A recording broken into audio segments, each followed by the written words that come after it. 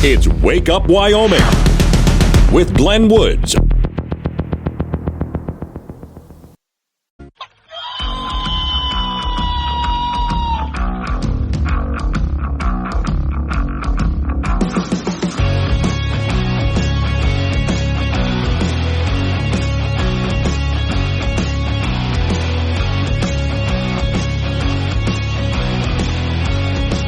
.06 the time. It's Wake Up Wyoming. My name is Glenn Woods. Thanks for joining me. Chet and Yoder has already chimed in. Did I see Bill Whitaker and Kamala?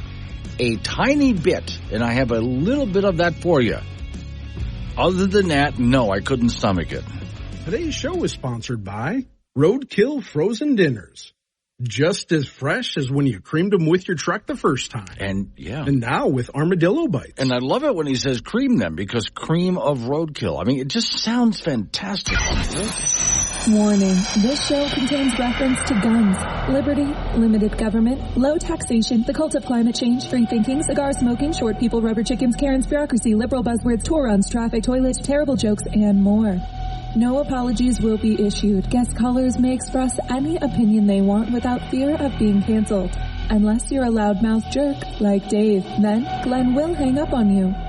Strap in, hold on to your coffee, and feel free to participate. This disclaimer does not refer to every person named Dave. Just one particular Dave from San Francisco. We know a lot of Daves. They call this show all the time, and they're great people. So don't call this program and complain that we use your name. That would be a real Dave move, Dave. Real quick side note for you. I am watching carefully the hurricane that's heading toward Florida. I've had family evacuate. My family moved away from the coast a long time ago and moved to central Florida.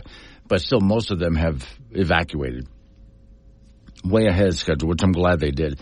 Right now, Governor DeSantis is on the television, the ridiculously large television they put in the studio with me here. And as he's talking, giving a very good talk about what people should be doing about now, they have, of course, that little bubble up in the top where there's a woman translating into sign language, which always drives me nuts because they're overly expressive. Many years ago, I tried studying sign language. The only reason I don't really know any anymore is because there was no one to talk to. But I was just curious about it. I just wanted to learn some because I was always curious about it. I didn't intend to do anything professionally with it like a sign language interpreter would do. I just wanted to learn something about it. And one of the things that the expressions on their face as they do sign language to interpret is supposed to give you an idea, if you're deaf, of what the voice inflections, the tone is of the person speaking. That way, well, like when you're texting someone and you can't hear their tone of voice or read their expressions, and so you end up taking something the wrong way. Yeah, that's why they are expressive while they're signing. But sign language interpreters tend to be overly expressive, to the point of being ridiculous. And once again, I'm watching an interpreter. If you watch and listen to Governor DeSantis and look at the expressions on the interpreter's face, it makes no sense whatsoever. None. And I often wonder why interpreters do that. I would love to sit down and have a talk with a lot of them. Can you tone it down? I mean, like a whole lot, maybe? That'd probably be good. All right. Lot, as usual, to cover today. I do have some more updates, on smoke and fire. Smoke will continue to gather, by the way, because there's not really any wind to blow the smoke out of the area. I do have some updates on the Wake Up Wyoming site this morning on the fires that are in the big ones especially, which is over in Togety Pass and the Elk Fire up at the northern part of the Bighorn Mountains, which is producing most of that smoke right now. Some of those updates are on the Wake Up Wyoming site. And there's a lot of Wyoming that is under a bit of a smoke alert for those people who have problems with that. Most of us do anyway with just the watery eyes, but there's some people who have respiratory issues. And there's just nothing to blow it out of the area right now. Now, on that note, just something totally out of left field that sort of fits what I'm talking about. A solar farm started a fire. Yeah. Now, this is not here in Wyoming. This was at Eagle Point, Oregon, a solar farm that has about 33,000 panels. And it had started a fire in the area twice. Now, the reason for this is the solar panels, of course, are getting hot. They're producing electricity. And there's some connectors in there that basically little pieces are falling off and into the grass. Here's what the story says. After the fire July 31th, our investigators, and this is the fire department, immediately began working with the company, the solar company. Both grass fires were caused by overheated electronic panels that failed and suddenly dropped molten electronics on dried grass. They say solar panels cannot be fully de-energized. If the sun is shining, electricity is being produced, the panels heat up. If there's no off switch, they said. You can't do that. So those components potentially can start fires, and that's what happened. Now, again, this was over in Eagle Point, Oregon. And I'm looking at this thinking, oh, that's what we need then. That's what we need. Yet another thing that's going to start fires. It's bad enough. Like, people out there working, of course, out in the prairies. If you're running equipment, your equipment like you're in a truck or a tractor or whatever it might be. You're riding around on a four-wheeler or side-by-side. That can cause fires if it gets hot enough or something sparks, you know. God help you smokers out there. That's a problem. But, I mean, there's all sorts of lightning, of course, can start a fire. There's all sorts of things that can start fires. Now we have solar panels that can start fires, and they want to put up a whole lot of solar panels around our region. We have enough problem when we hit our dry season as it is. We don't need more of this. I mean, honestly, we don't. Now, I haven't looked into it yet, but I'm going to this morning while I'm on the air here. That made me curious, have wind turbines ever caused fires? I don't know the answer to that. But as far as, I wouldn't doubt that, because we have seen cases where the brakes have failed on wind turbines and things start to smoke up there and hot materials being ejected out. So I look at it and think, I could see wind turbines actually causing fires too. And they're putting up wind farms all over the place, which once again brings me back to, with hydroelectric plants, you don't have that problem. With coal power plants and natural gas power plants, you don't have that problem. There's a lot of ways we can produce electricity that we're not going to be starting fires all over the place. Now, I will say, though, with a coal mine, that can start a fire. And there have been cases where I have some friends who drive the big Tonka toys down in the coal mines, and they have had these huge trucks carrying coal, and it can flash and start a fire. So coal fires like that can happen, to be fair about it. But I had no idea until I just read it this morning. So really, solar panels out there in the fields can actually start a grass fire. We need that about now, don't we? Okay. Just one more thing to add to the list of the reason I really don't want these suckers around. In Washington today, the U.S. Supreme Court handed down a landmark decision. The court reaffirmed the legality of the death penalty on the grounds that it is, quote, totally badass. Legal experts are already talking about how this clearly marks a trend towards the Roberts Court being less strictly constitutional and more strictly awesome. Take Glenn anywhere with the Wake Up Wyoming mobile app. Wake Up Wyoming with Glenn Woods on AM 1030 K2 Radio. Advocating to empower families like Ken's. I wouldn't be living as good of a life with ALS if it wasn't for MDA. MDA is helping people live stronger and love longer. Learn more at MDA.org today.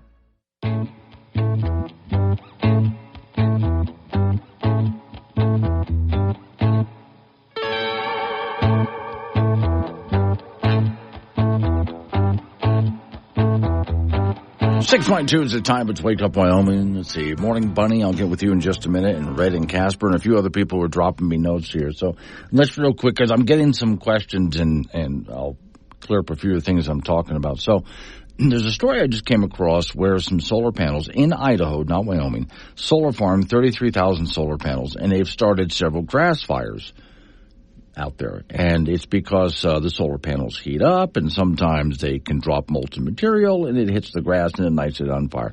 And so I said, I didn't know that would be a problem with solar panels, but I'm not surprised by that. So now, question I had next was, well, do wind turbines start fire? And we're dealing with a lot of fires in Wyoming, so it's a decent question to ask. And of course, yes, So I came across a list here that's posted online.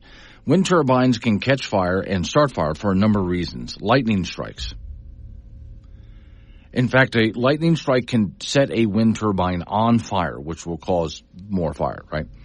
Electrical issues, short circuits, ground faults, electrical arches or arcs can come off of wind turbines and cause fires. Mechanical issues such as gear wear, bearing overheating, and generator malfunction. Human error, such as improper maintenance and operation, manufacturing defects. Fire debris from forest fires and brush fires and so on can actually set a turbine on fire, which can cause more fires. Turbines not suited for local conditions such as being in an area. Oh my God.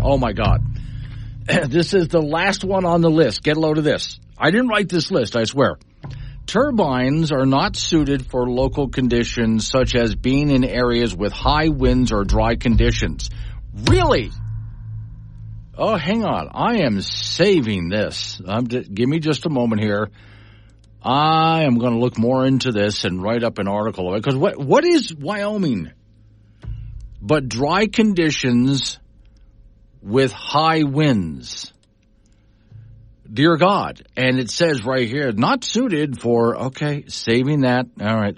I'm just putting that into my notes. So I'll look up that tomorrow and do a story on it. Wind turbines are at high risk of fire because they contain flammable materials such as hydraulic oils, plastic, and insulation near electrical components. If an ignition source, such as failed electrical component overheating inside because of bearings, come in contact with these materials, a fire can quickly start and spread. And spread to the ground, too, by the way. So as I talk about fire conditions in the state of Wyoming, and we don't really need anything else starting fires in the state of Wyoming, now we have to take a look at the potential for wind turbines. Worth looking into. So I did mention that my friends that work down in the coal mines, they drive the big Tonka toys, the big dump trucks. And coal can light on fire by itself. So even though a coal plant is not a problem, a natural gas plant is not a problem, a nuclear plant is not a problem. Neither is hydroelectric a problem for fires. But just coal itself, though. Yeah, coal dust can ignite. All right, so Red, morning Red, he said, and if a coal plant started a fire, you know they would be held liable for the damages and charged for the fire department to show up and issued, and PETA would be outraged that all the gophers were harmed. Yes, they would be. And yet when a solar farm lights up, what kind of punishment do they get, really? I'd like to look into that. Chet Yoder says, so then solar panels need spark arresters like engines? I'll look into that because I would think that the answer would be yes, but let me look into that because what was happening in the case in Idaho, the solar panels were getting hot. Of course, they're out in the sun, right? And there's some areas where some of the components were overheating and dripping down. And those hot components being very hot, dripping down on the grass. So they melted, in other words. And that would start a grass fire. So it wasn't because of sparking. Okay. Now, it'd be surprising to you what can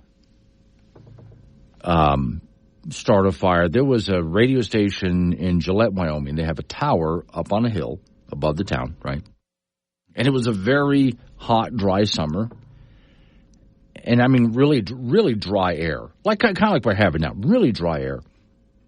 And because it was so hot and so dry, the cables that come down from the tower to support the tower, they will start to spark.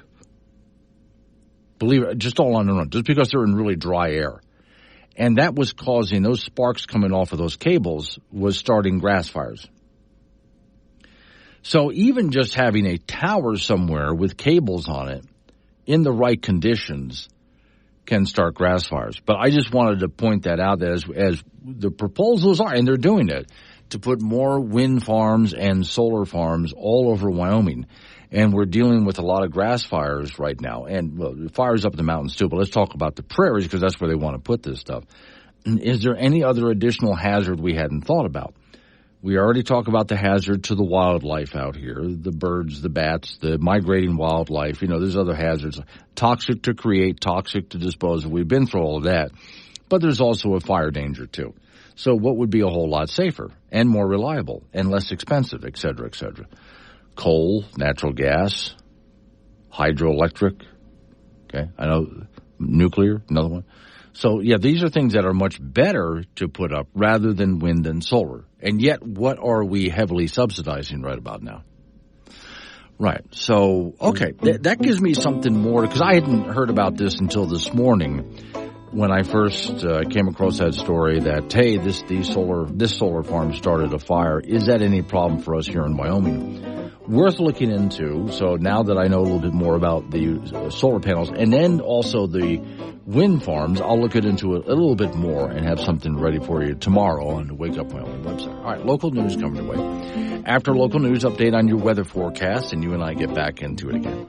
888-97 Woods, the phone number, 888-97 WOODS. It's Wake Up Wyoming.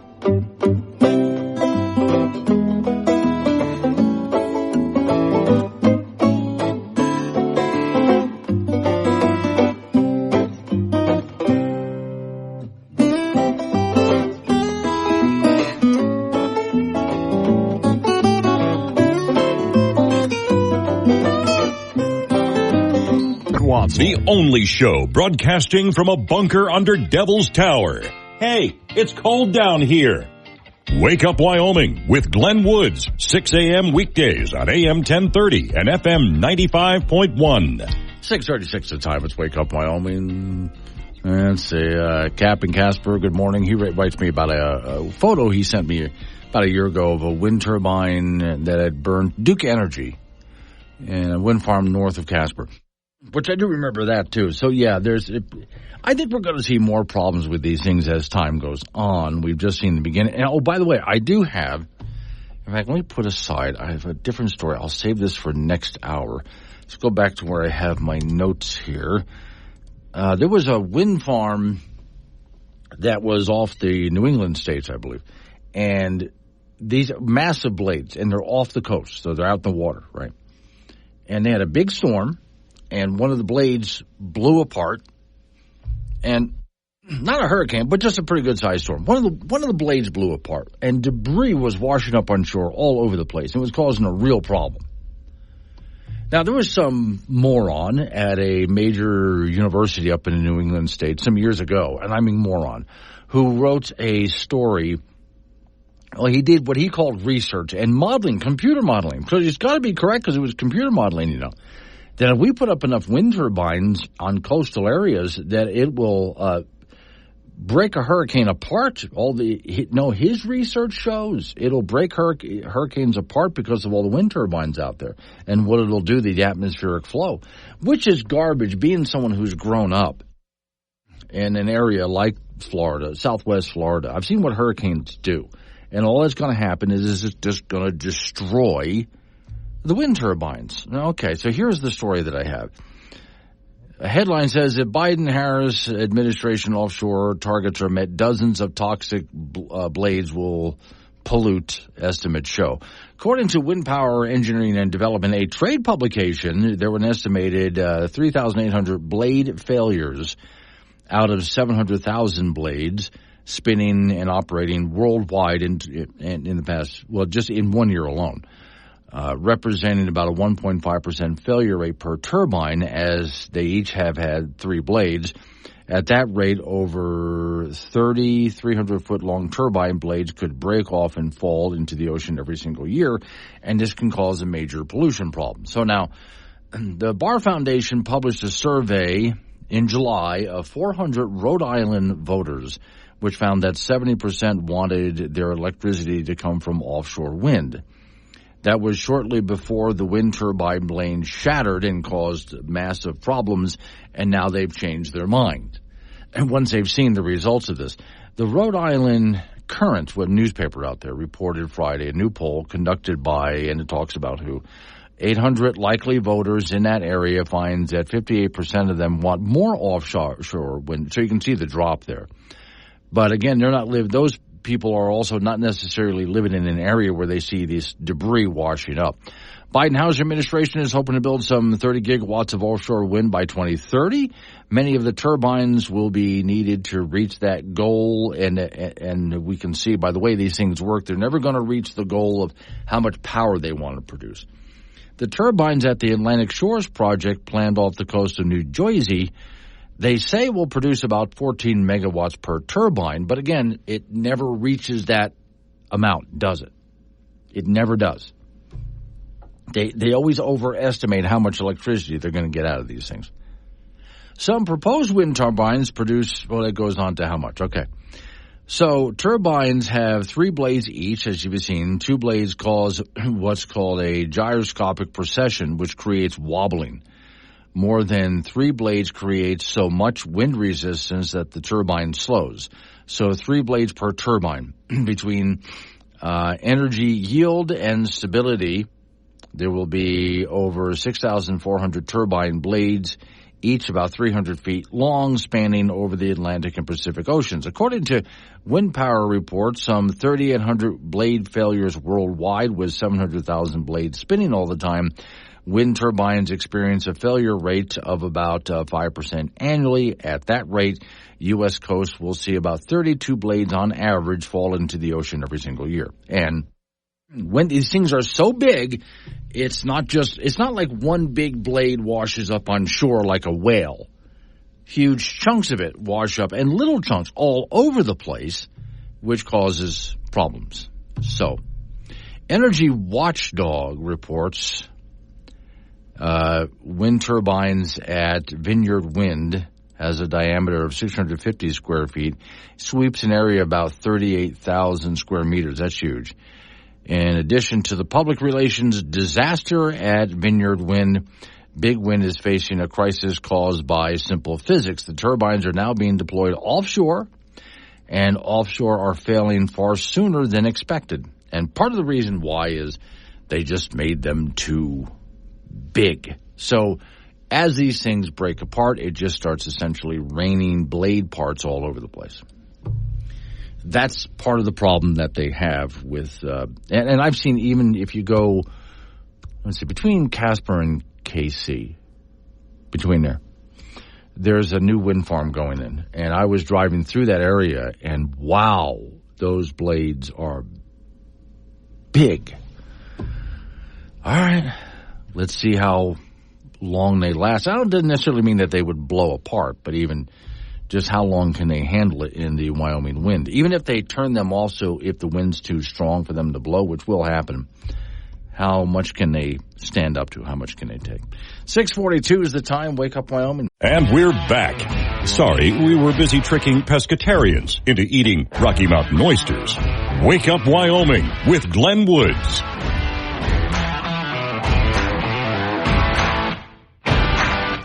6:48 is the time. It's Wake Up Wyoming. Off we go to the icebox where Frank Gambino is waiting by.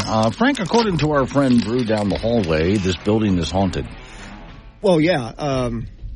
There were issues here many years ago. Yes. When this was a law office. Ah, okay. And there was some weird stuff that happened downstairs. Uh-huh. When this was a law office. Yes, okay. Like people blowing their brains out. I say, there's a thing that I didn't know that part of the story. People have told me about that a long time ago, and I didn't know it was a law office at the time. So that makes a whole lot more sense, because radio people are crazy, but it's a different kind of crazy, Frank. I wish they weren't so. Yes, yeah. They're hunting for new angles to... Yeah.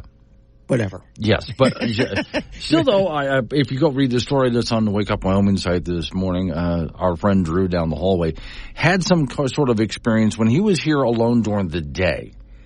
Okay, so you'll have to read what that's all about. And we also kind of wondered why, in case you've never noticed this, but I even opened up the door, went upstairs here in the kitchen. You can pull down the stairs up into the attic. Oh, yeah. There's a light on up there. Oh, yeah, always. So I wonder who's living up there. Nobody. They just people who go up there like to work on the heating and stuff. Yeah. They never turn it off. They never turn it off. So I could probably go up there and turn it off then. You probably can, or you could live up there if you needed to. No, I've thought about that. I could probably save a whole lot of money if I just moved in and lived in the attic. And if you think about it, Frank, if I were living in the attic, would anybody really look at it and think that was unusual for me? No, not really. Not for me, no. Where's Glenn at? Well, he's upstairs in his apartment up there. He decided to move into the attic. Nobody would think that was bizarre. I think it'd be perfectly normal. Sure, yeah. For you. For me, yes. For other people in the building, that would be weird. But Glenn, he lives in the attic, obviously. Good. All right, college football. The Wyoming Cowboys back in action on Saturday in Laramie. They'll host San Diego State. The Pokes are coming off their bye week at 1-4 overall, 1-0 in Mountain West Conference play after a win over the Air Force a couple of weeks ago. UW still battling the injury bug as safeties Wyatt Eckler and Isaac White will both miss the game due to injuries. Also on defense, Devon Harris, who plays on the line of scrimmage, could return this week after missing the last 4 games with an elbow injury. Safety and Cheyenne native Andrew Johnson will be back in the lineup after a thumb injury. Wyoming Cowboys also down 2 offensive linemen with injuries, Jack Walsh and Nate Geiger. Neither will play on Saturday. Running back Harrison Whaley is still out with a knee injury, and running back DJ Jones is not with the team to deal with personal issues. San Diego State is 2-3 on the year, and the Aztecs are favored by just 1.5 points. That is a 1:30 start from War Memorial Stadium in Laramie, and we'll have that for you on K2 Radio in Casper and KOWB in Laramie on Saturday. In the NFL, some former Wyoming Cowboy players in action. Quarterback Josh Allen for the Buffalo Bills had an awful game. 9 of 30 for 131 yards and a TD pass in the Bills' 23-20 loss to Houston. He also had 54 yards rushing. The Bills are 3-2. Cincinnati linebacker Logan Wilson and Casper native Logan Wilson, 9 tackles in the Bengals' 41-38 loss to Baltimore. The Bengals don't even remotely look like a playoff team. They're 1-4. They're 0-3 at home. And the Ravens piled up 520 yards of offense in that game. Back yesterday, Carl Granderson, defensive lineman for the New Orleans Saints, with 7 tackles in the Saints' 36-13 loss to Kansas City. Then back on Sunday, Chad Muma with 5 tackles in the linebacker spot for Jacksonville and their 37-34 win over Indianapolis. In the Major League Baseball playoffs yesterday, in the American League, Detroit beat Cleveland 3-0 to even that series of 1 game apiece. Kerry Carpenter with a 3-run homer for the Tigers in the 9th inning to win that one. Kansas City beat the New York Yankees on the road 4-2. They got 4 runs in the 4th inning, and that series is even at 1 game apiece. Over in the National League tonight, Los Angeles will be at San Diego with that series even at a game apiece. And then this afternoon, Philadelphia will be in New York to meet the Mets, and that best-of-5 series is even at a game apiece. High school volleyball standings as we speak in 4A, Laramie 22-1, Kelly Walsh 22-2, Cheyenne East 13-11, Natrona 10-14, Cheyenne Central 7-15, Cheyenne South is 3-21. In 2A, Glen Rock 3-16, Burns 1-27, Pine Bluffs is 18-14, and in 1A, KC is 8-10, and Midwest is 6-11. And all Florida football and baseball games have been moved. There's nothing going on there except a lot of rain, and it's going to be bad. Everybody's just moving out. So, so if you wanted to watch something like the Tampa Bay Bucks, they'll be somewhere else for a while. All right, thank you, Frank. Coming up on some local business we got to take care of. We're going to roll into news time after that. National, local update on your weather forecast. Oh, and I know sometimes you love a good conspiracy theory. Okay, I got one for you. But unfortunately, it's going to make not just liberals look crazy, but conservatives too. And it has to do with this hurricane that's heading to Florida. We'll deal with it next hour. Wake up, Wyoming.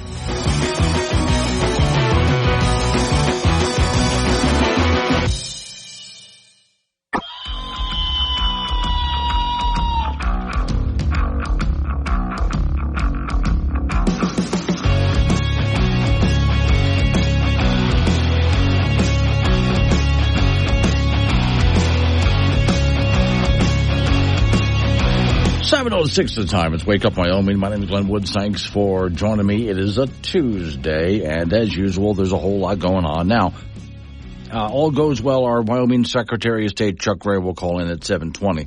There's some things that he wants to talk to you about. Until then. Today's show is sponsored by Roadkill Frozen Dinners. Just as fresh as when you creamed them with your truck the first time. And now with armadillo bites. I love it when he says cream them the first time, because I think of cream of roadkill. Just sounds delicious. Warning, this show contains reference to guns, liberty, limited government, low taxation, the cult of climate change, free thinking, cigar smoking, short people, rubber chickens, Karen's bureaucracy, liberal buzzwords, tour runs, traffic, toilet, terrible jokes, and more. No apologies will be issued. Guest callers may express any opinion they want without fear of being canceled. Unless you're a loudmouth jerk like Dave, then Glenn will hang up on you. Strap in, hold on to your coffee, and feel free to participate. This disclaimer does not refer to every person named Dave, just one particular Dave from San Francisco. We know a lot of Daves. They call this show all the time, and they're great people. So don't call this program and complain that we use your name. That would be a real Dave move, Dave. So some time ago back, Hurricane Katrina, there were Democrats who actually said that George W. Bush, president at the time, had steered the hurricane toward New Orleans because he wanted to kill minorities or something like that.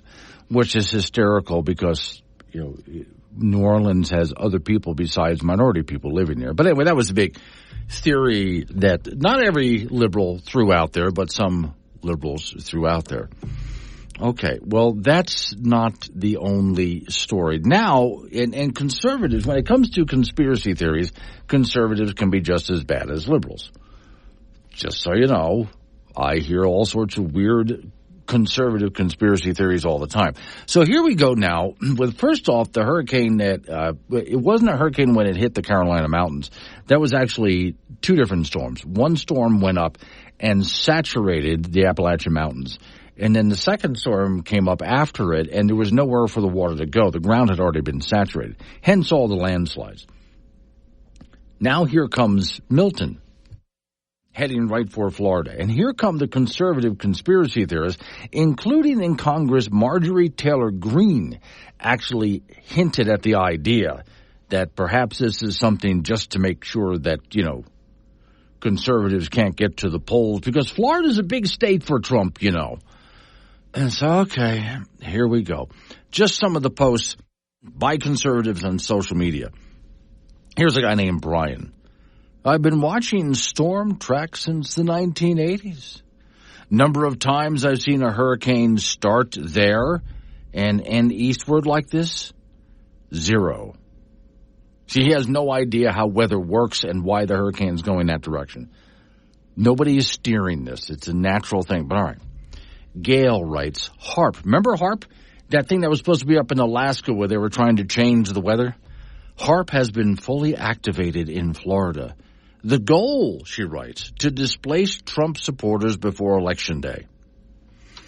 Let's see. Concerned Citizen writes, Community Notes will try to tell you these are just, and it talks about what kind of clouds they are forming. I say the Gulf of Mexico is been a geoengineering place for the entire planet.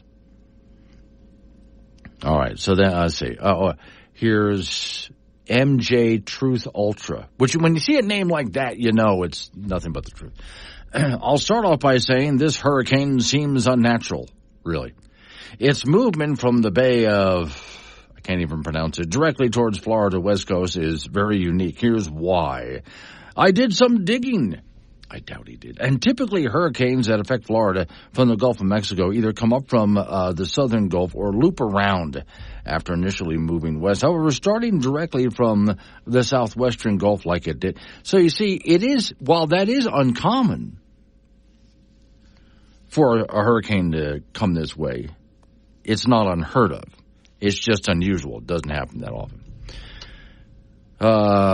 Helene hit Trump strongholds in Georgia and North Carolina. It could swing the election. So then here, and I like this one. Let me see. It's from someone wrote on Wikipedia. My dude, are you trolling right now? Or are you actually suggesting that the U.S. government is creating hijacking storms and making them hit Republican strongholds? Okay, so Chris Marks, this guy is actually a meteorologist. And he writes, so you'd rather believe that man is intentionally engineering this through some kind of magic technology than man is indirectly engineering this through centuries of greenhouse.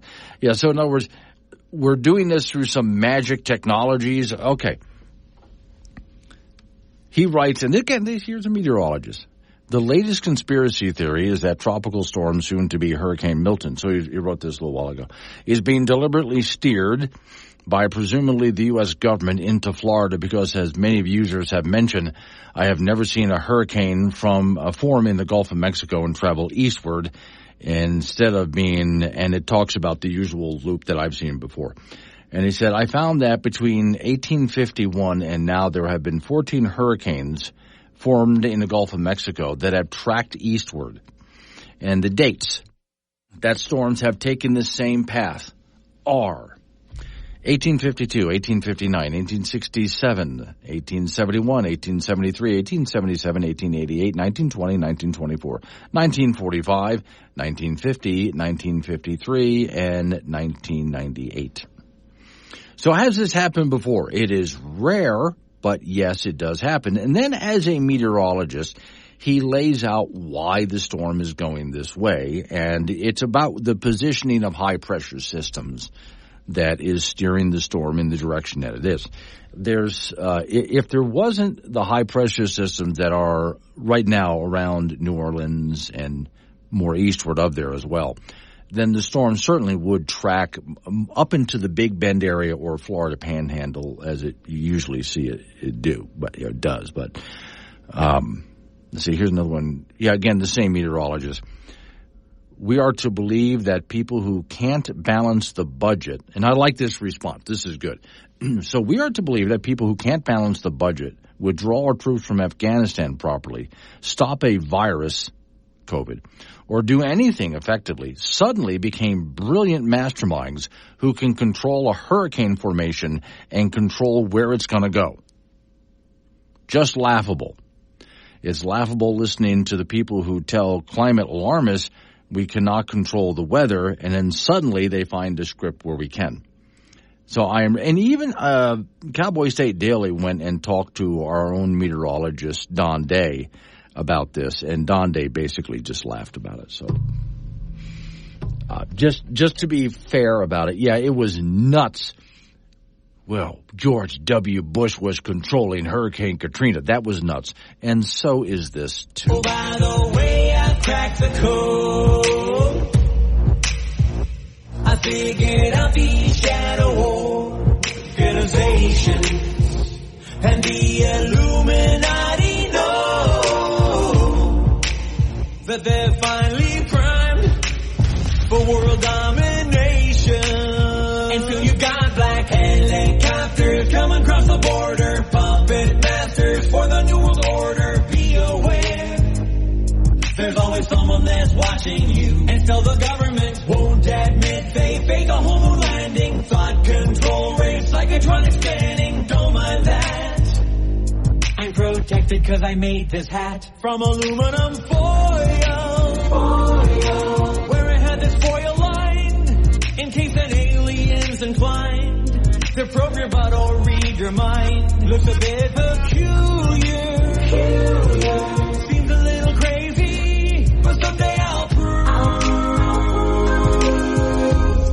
there's a big conspiracy. He's not a politician, but his pants are on fire. Could someone grab an extinguisher?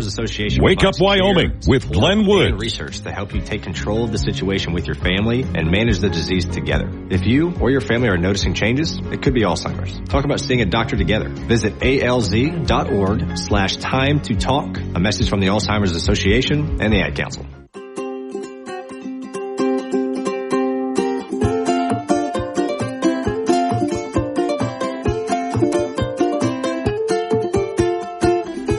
One's the time. Let's Wake Up Wyoming. Off we go to talk to our Wyoming Secretary of State, Chuck Gray, who, by the way, we hired Chuck to irritate certain people at our state capitol. And by golly, Chuck, you're living up to our best expectations. Well, Glenn, great to be with you. Always enjoy it. Well, there's several things you sent me that as we get closer to election time worth looking at here. One of them, a media release you put out, Secretary of State Gray warns county clerks of the presence of private funding in election administration. What is that? Well, I'm deeply concerned, Glenn, to see our wonderful state being targeted by this organization called CTCL, which is one of the main private organizations causing concern around our nation about the private funding of election administration. This is one of the main pass-throughs that Zuckerberg and other billionaires have used. Remember, in 2020, they funded election administration through these private organizations. They said that the grants that they provided to election officials across the country, clerks, county recorders, that they were going to be used for COVID-19, for sanitizer, for those bales they used to separate people. And only 1% of those grants was used for that. And the rest went to this massive ballot harvesting operation. Fast forward here to 2024, CTCL is still around and is offering these grants to county clerks, county recorders. Typically, they go to the counties. I've been trying to warn the county clerks since I entered office in January of 23 about these organizations. And Glenn, we've seen the insiders and the corporate media, the legacy media.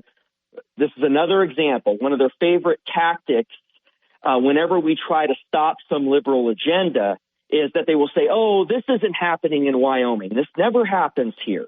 It's that common worn-out slogan they often use. And every time we've gone to the legislature to ban this private funding of elections, these duck bucks, we call them, the legislature has refused to do it.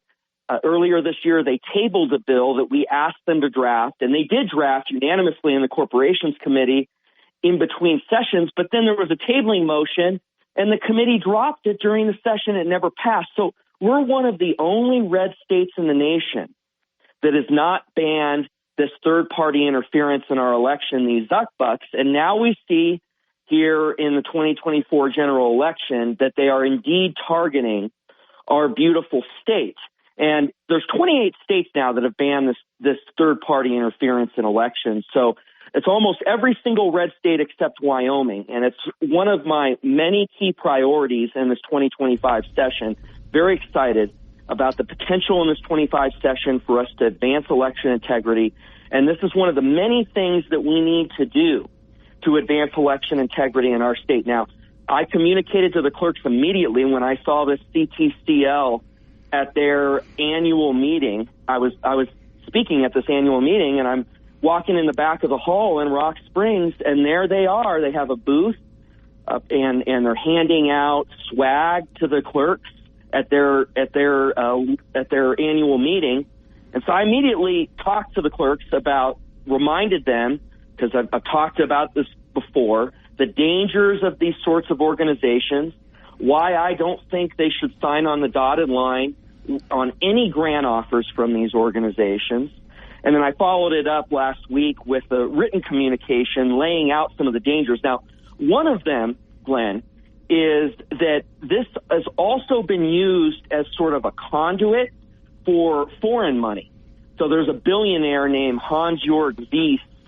He's a Swiss billionaire, and he actually lives in Jackson, but he's a foreign national. So normally he would not be able to donate to candidates or committees. That's banned at the federal level very clearly. But because of some loopholes, he's been able to inject hundreds of millions of dollars to two other sort of third-party pop-ups called the 1630 Fund and the New Venture Fund, which in turn funded this CTCL that was at the county clerk's meeting.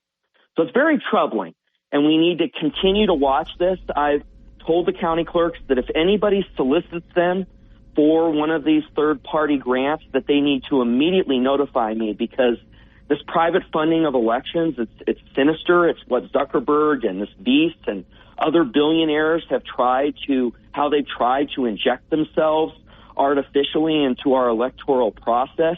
And it's something we need to ban here in Wyoming. Okay. Now, moving on, we also have you, let me see, Secretary Gray, other election officials. You filed a brief with some other people to the Supreme Court to strike down the federalization of voter registration process, which is something the Biden administration has been pushing heavy on. Well, yes, this was a couple months ago. We joined with other red states, other secretaries of state, in red states to try to get the Supreme Court to strike down this executive order that Biden issued back in 2022. And what they're trying to do is they're trying to federalize this voter registration process and have federal agencies hand out these registration forms, which injects a number of risks into the electoral process, one of which is that these agencies have been handing these forms to illegal aliens. There's reporting from South Carolina of illegal aliens having these registration forms. And this gets back to the issue of non-citizen voting, how we need to ensure that never happens. We've had a case here in Wyoming that we pinpointed. We got that illegal alien off the voter rolls. It was back in 2020 before I entered office, but we got this illegal alien off the voter rolls. But it's another risk in our state. And of course, the media on that as well says, oh, this will never happen here. This will never happen here.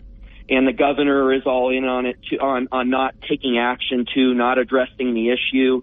He actually vetoed a rulemaking that we put forward for proof of residency for registering to vote and stopping illegal aliens from registering to vote.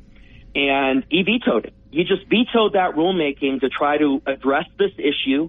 And there's really been this antithetical attitude from the governor's office to election integrity really for the last 4 years. And it's something that we're always trying to address and trying to work with all these insiders that are trying to stop election integrity. But a lot of it is about bringing to light all these cases of fraud, of possible fraud that are out there. And that's why I try to pinpoint the CTCL, the fact that they're trying to target our county clerks at their county officers meeting in Rock Springs, and all the risks that any receipt of a third-party grant into our election system, all the risks that would pose.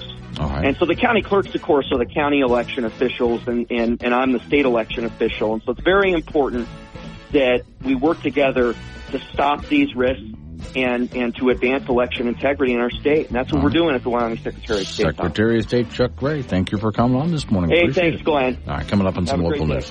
Update on your weather forecast right after that. It's Wake Up Wyoming.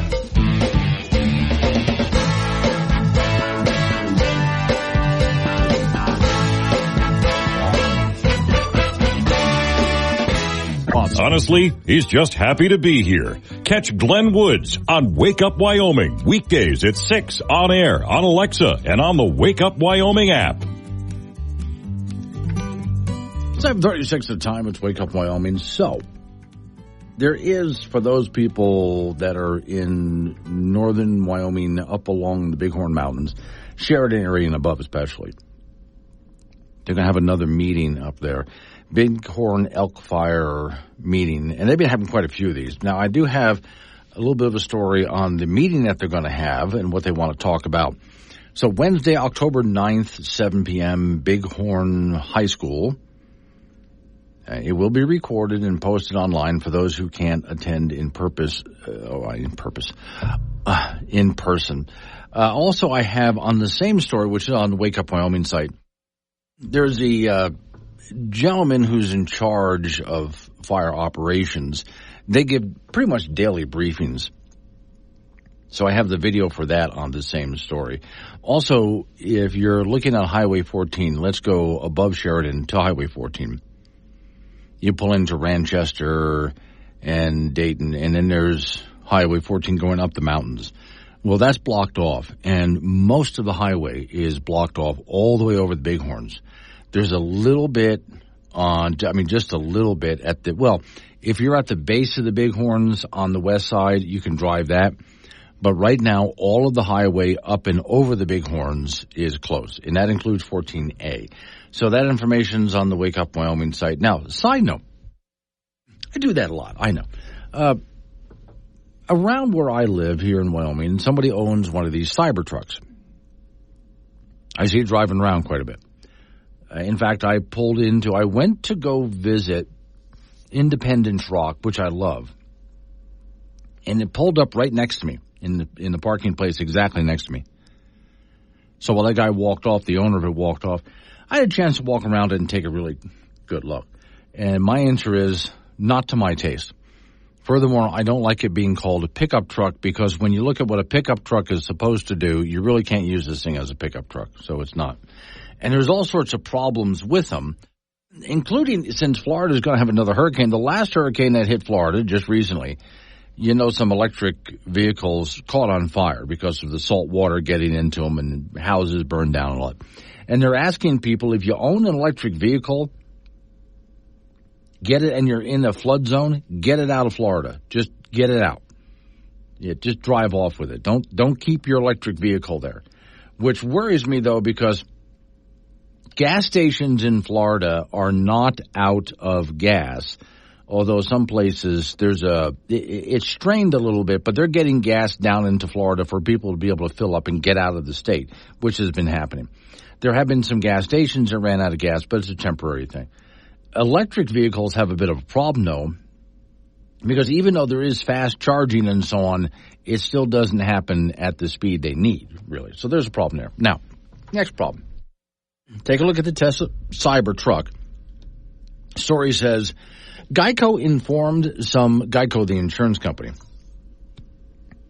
informed some Tesla Cybertruck owners that it would not be renewing insurance for that electric vehicle, claiming the oft-recalled trucks are not up to their standards. Oh. Now, I'm not talking all-electric vehicles everywhere. I'm talking about the Cybertruck.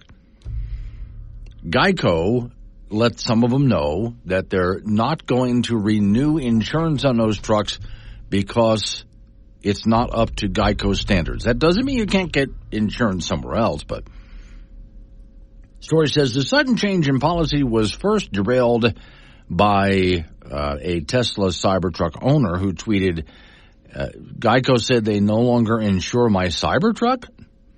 Quote, it makes sense as there are other riskier cars out there, he wrote in a since-deleted message. Or it makes no sense, he said, since there's other riskier trucks. Let me know if you recommend any insurer for the truck. I have 8 cars with an amazing record. I will be canceling my entire Geico policy. Bye-bye. So I guess he's not happy. So he included a copy of the letter from the insurance company which stated that that type of vehicle doesn't meet underwritten guidelines. The insurance company, however, later reversed course, insisting it would continue to provide personal auto coverage for owners of the electric truck. Quote, Geico has covered available nationwide Geico has coverage available nationwide for the Tesla Cybertruck, a spokesperson just said. Earlier this month, Tesla recalled some 27,000 Cybertrucks due to defective software,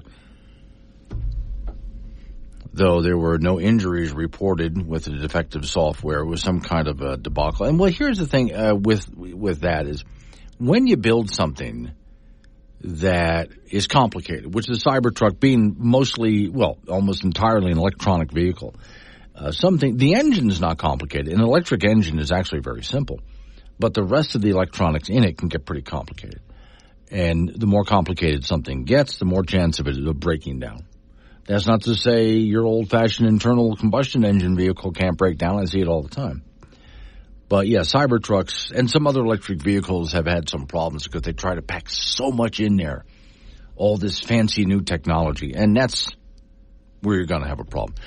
The more you put in there, the more can go wrong. 742, Wake Up Wyoming. Wake Up Wyoming with Glenn Woods. On air, online, and on the Wake Up Wyoming mobile app. Be part of the show at 888-97-WOODS. This is K2 Radio. 7:45 is the time. It's Wake Up Wyoming. Off we go today. Weather to talk to Don. What's all about the weather? And I guess you're probably right now, weather-wise in Wyoming, about as bored as Don Day was, with just nothing really happening. Nothing's changing for a while. No, and honestly, Glenn, I'm running out of ways to say the exact same thing. I just can't find the words anymore. Would you like me just to record this one and play it for the next few days? I mean, we could do that. I mean, we probably could have done that a few weeks ago, too. Okay. Now, it's not just Wyoming that's caught. And temperature-wise, it's a beautiful weather pattern. I'm not complaining about that. It's just that the smoke has nowhere to go. It's just building up. It's not being blown out. Yeah, when you have light winds at the surface and generally, lighter jet stream winds that are still, on the fringe of that high pressure in the Four Corners region, it's still going to tap into that smoke from the wildfires and drift it over the high plains. And much like 24 hours ago, Glenn, we've got a pretty wide swath of the high plains under at least some level of haze going on this morning. Okay, now, when we look at the weather in Wyoming, let's expand that out a little bit more. In fact, quite a bit more. Except for down south in Florida, it really is just a nice day everywhere else. It is, really. The ridge is pretty expansive, not just over the Intermountain West, but it does expand over the northern high plains around Minnesota, the Missouri Valley, Great Lakes region under a little cooler Pacific trough that's providing a little more cloud cover. But, yeah, this ridge has pretty much put the brakes on anything significant going into much of the landlocked states. And like you said, yeah, the only action is in the Gulf Coast. Okay, which is why I keep asking you and I keep looking at other forecasts out there, waiting for some meteorologist to say, but we expect it to be over by this date. Well, you keep kicking that can down the road. Yeah, every day we look and say, okay, maybe early next week, and then 24 hours later, okay, the middle of next week. I mean, if I were to put a timestamp on it now, I would have to probably say we'll have to wait another 7 to 8, 9 days before we see anything appreciable come in. Yeah. And of course, obviously that's subject to change, and because of the fact that there is such low confidence that far out, we just have to take it day by day. That's really all we can do. Okay, so other than the smoke, enjoy this nice damn weather, folks. Get over it. Yes. About it. All right. Hey, thank you, Don. Appreciate it. That's it. When your meteorologist starts getting bored and looking for something to do, it's a bit of a problem. Off to the icebox we go. Frank Gambino waiting by. If he's bored, go to Florida. They got plenty to talk about. Yeah, they got plenty going on. Yeah. Well, we would all be enjoying this if it wasn't for the smoke. Yeah. I mean, other than that, it's just gorgeous. Did you look at the trees in the backyard? It's very it's nice. Normally here, sometimes these trees change in 24 hours. Yes. They go from green to yellow. I'm like, okay. All gold out when you look out back. It's just beautiful out there right now. Okay, so I found some keychains for you. Yes. Let me know which one you want for Christmas, all right? One keychain has a famous singer on it, and it says, "Hello, is it me you're looking for?" Hello? Lionel Richie. Oh, okay. Yeah, so you're looking for your keys. No, I don't want that one. Oh, okay. Here's one I might get for my luggage. It says Air Force One personal luggage. Right. Okay. And they're going to throw it in that pile over there. Yeah, probably. Yeah. I haven't been everywhere, but it's on my list. I like that one. Yeah, that's kind of good. Let's see. Oh, this one is this is also one, it's not for your keychain, it's for your luggage. It says on your luggage, flight recorder, do not open. You see? So these are some things which I have a keychain. It's for the keys for the airplane I fly. And it's a keychain that says remove before flight. It makes total sense to me. Well, it doesn't to me because it's the keys that start the airplane. How can I remove that before flight? Oh, I think they're just talking about the door. The door, yeah. Now, no, this is to actually start the thing. Now, on the other hand, I was out at the airport and there was a big, beautiful jet, a corporate jet, parked out front. And we were all admiring it, and somebody said, if you want to go in there, all you got to do is flip that lever right over there and the stairs will come down. And you can really? Nobody locks that thing? Nope. You just flip it and down it comes. Oh, okay. And then I thought about it for a moment and I said, I've seen those things get started up before, both engines. There's no key. Okay. But that's probably because... Are you telling me that the Learjet has a fob?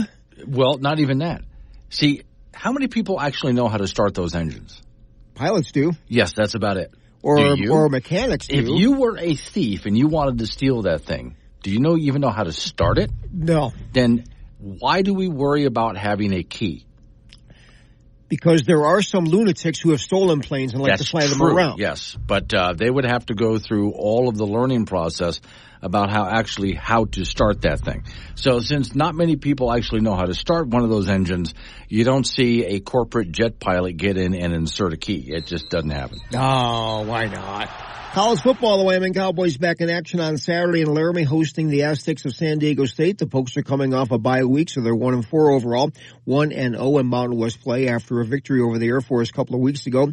UW still battling the injury bug on defense. Safeties Wyatt Eckler and Isaac White both will miss the game due to injuries. Also on defense, Devon Harris, who plays on the line of scrimmage, could return this week after missing the last 4 games with an elbow injury. Safety and Cheyenne native Andrew Johnson back in the lineup with after a thumb injury. The Cowboys also down 2 offensive linemen with injuries, Jack Walsh and Nate Geiger, and neither will play on Saturday. Running back Harrison Whaley still out with a knee injury, and running back DJ Jones is not with the team to deal with personal issues. San Diego State is 2-3, and the Aztecs are favored by 1.5 points in the game. That is a 1:30 start from War Memorial Stadium in Laramie on Saturday. We'll have that for you on K2 Radio in Casper and KOWB in Laramie. In the National Football League, some former Wyoming Cowboys in action on Sunday and Monday. Buffalo quarterback Josh Allen had an awful game against Houston in their 23-20 loss to the Texans. Allen was 9 of 30 for 131 yards and a TD pass. He had 54 yards rushing. The Bills are 3-2. Cincinnati linebacker and Casper native and former UW guy Logan Wilson with 9 tackles in the Bengals' 41-38 loss to Baltimore. The Bengals don't even look remotely like a playoff team. They're 1-4 overall and 0-3 at home. And the Ravens rang up 520 yards of offense against the Bengals in that game. Carl Granderson, defensive lineman for New Orleans, had 7 tackles in last night's 36-13 loss to Kansas City. And Jacksonville linebacker Chad Muma with 5 tackles in the Jaguars' 37-34 win over Indianapolis. High school volleyball for the latest standings in 4A, Laramie 22-1, Kelly Walsh 22-2, Cheyenne East 13-11, Natrona 10-14, Cheyenne Central 7-15, Cheyenne South 3-21. In 2A, Glen Rock is 3-16, Burns is 1-27, Pine Bluff is 18-14, and in 1A, KC is 8-10, and Midwest is 6-11 so far this season. In the Major League Baseball playoffs today and tonight, in the National League, Philadelphia will be in New York to meet the Mets. That series is that best-of-5 series is even a 1 game apiece. L.A. will be at San Diego tonight, and that series in the National League is even at a game apiece. Yesterday, Detroit beat Cleveland 3-0, so that series is now even at a game apiece. And Kansas City beat the New York Yankees 4-2, and that best-of-5 series even at 1 game apiece. Okay, do our Cowboys have a game this weekend? Yes, they do. Where are they? Where are they going to be? They're in Laramie. In Laramie, okay. Yeah, yes, they are. So you don't sound hopeful. It'll be a close game. I know that. You know that. Okay. Yeah. This game will be close. Okay. Yes. So does that mean the other team is also bad? They're not as good. They're having a mediocre year too. Issues. Okay. Yeah. Check it out. Yeah. That's a good way to. Yeah. They have issues too. They have issues. All right. Thank you, Frank. Coming up on some local business. I'm going to roll into news time after that. National local update on the weather forecast. You and I get back into it again with open phones starting next hour. 888-97 Woods. Wake up, Wyoming.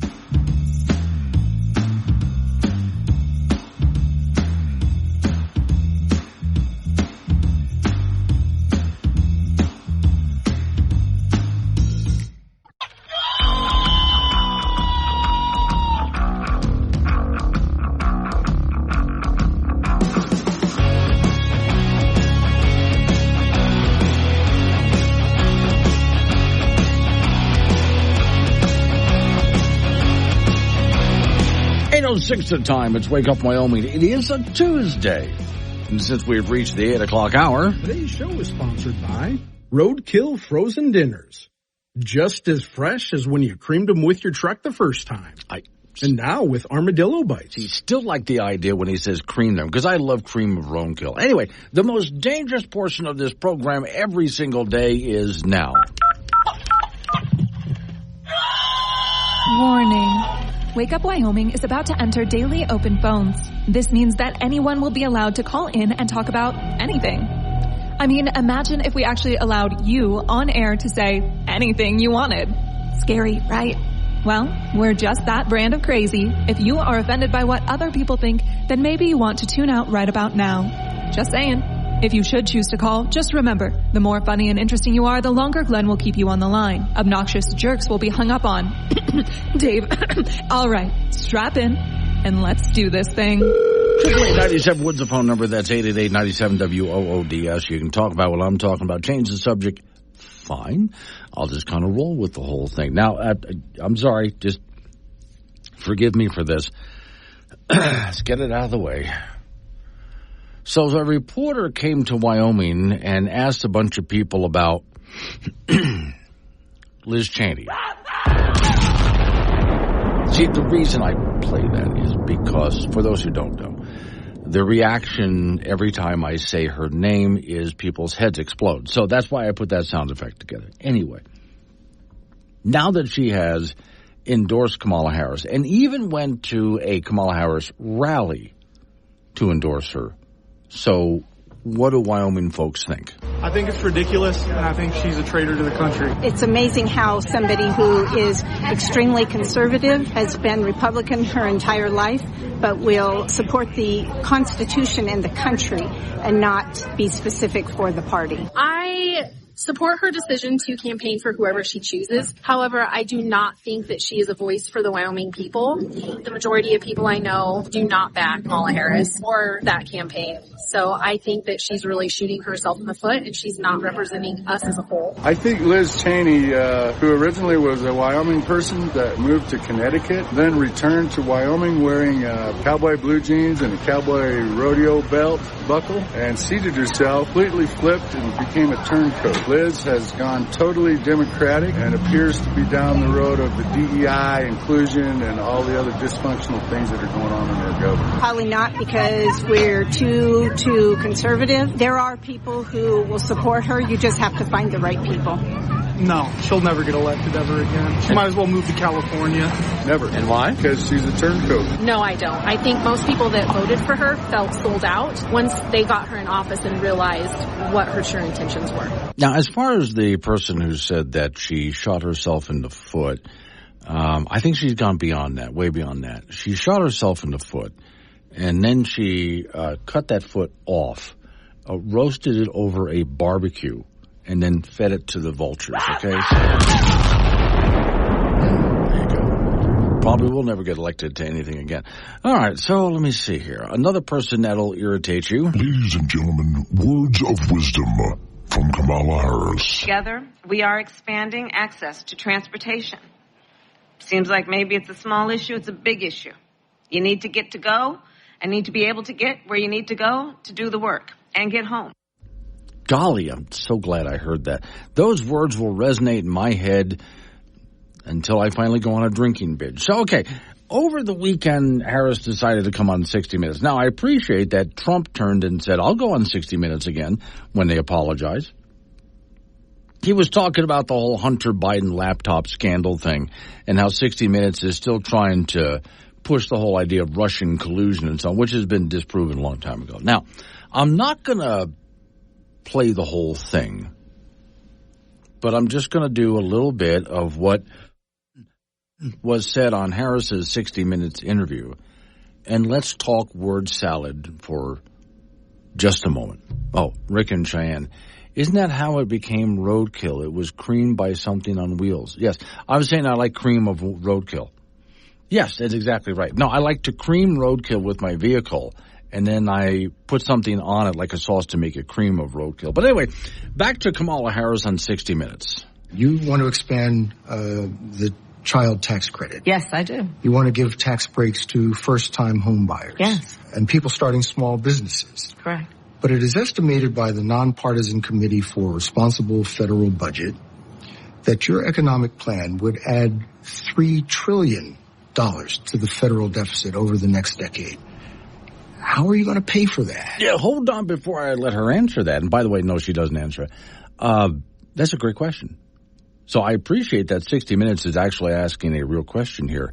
How are you going to pay for that? Now, you'll notice and this is another, I was absolutely amazed, he did not let her get away with a non-answer or the first part of this answer is a big steaming pile of fresh buffalo dung, but okay. Okay, so the other economists that have reviewed my plan versus my opponent and determined that my economic plan would strengthen America's economy. Who said that? His would weaken it. Who said that? My plan, Bill, if you don't mind, my plan is about saying that when you invest in small businesses, you invest in the middle class. Word salad. And you strengthen America's economy. Small businesses are part of the backbone of America's economy. Word salad. Pardon me, Madam Vice President. Okay, now, he's about to ask the question again, because what that is avoidance. To turn and say, but, it strengthens small businesses. Who said that? Who told you that it was? She's not doing that. She's deflecting with a word salad. He's not letting her get away with it. The question was, how are you going to pay for it? Well, one of the things is I'm going to make sure that the richest among us who can afford it pay their fair share. They already do. They pay more than their fair share. It is not right that teachers and nurses and firefighters are paying a higher tax rate. They're not. Than billionaires and the biggest corporations. That's not true. And I plan on making that fair. But we're dealing with... Wait, hang on. Now here, again, I really want to know, is 60 Minutes going to fire this guy? Because what he does next is exactly what he should have done. With the real world here. But the real world includes... How are you going to get this through Congress? Okay, before she... the next thing he said was, we're dealing with the real world here, which is true. How are you going to get this through Congress? Okay, now she stumbles. When you talk quietly with a lot of folks in Congress, they know exactly what I'm talking about, because their constituents know exactly what I'm talking about. Their constituents are those firefighters and teachers and nurses. Salad. Their constituents are middle-class, hardworking folk. And Congress has shown no inclination to move in your direction. I disagree with you. Oh, okay, so she goes, I'm not going to keep irritating you with her, but you get the idea. I was actually, with most, though, I didn't watch the whole 60 Minutes thing, but with a good part of it, I was actually pleased with what they did here, because he would ask her a question, she would try to answer with a word salad, and he'd hit her again with, but the question is this. And then how are you going to get this? This is the real world. How are you going to get this through Congress? Oh, but I believe that, again, word salad. But Congress has shown no inclination to do anything like this. Word salad. I really hope a lot of people were watching that interview and noticing that she really works hard at not answering anything. In the state of Wyoming, there are highways that need your attention. You can adopt a highway. Morty and I, we adopted our highway before it took a wrong turn in life. We're trying to keep him on the straight and narrow. It was just a little dirt road. Now look at him. He's got beautiful blacktop and he's doing 75 miles an hour. Yes, make sure Wyoming highways stay clean and well maintained. Adopt a highway today. This show contains sarcasm that some listeners may find disturbing. A sense of humor is advised. Chat with Glenn live on the Wake Up Wyoming app.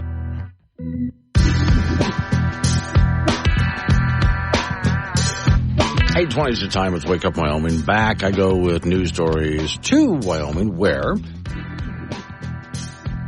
a recent story that I came across says Wyoming lawmakers urge returning public school funding to its constitutional minimum. Now, before I get into this, I know the moment someone says cut back on funding, there's going to be yelling and screaming, you don't care about the kids in the school. Okay.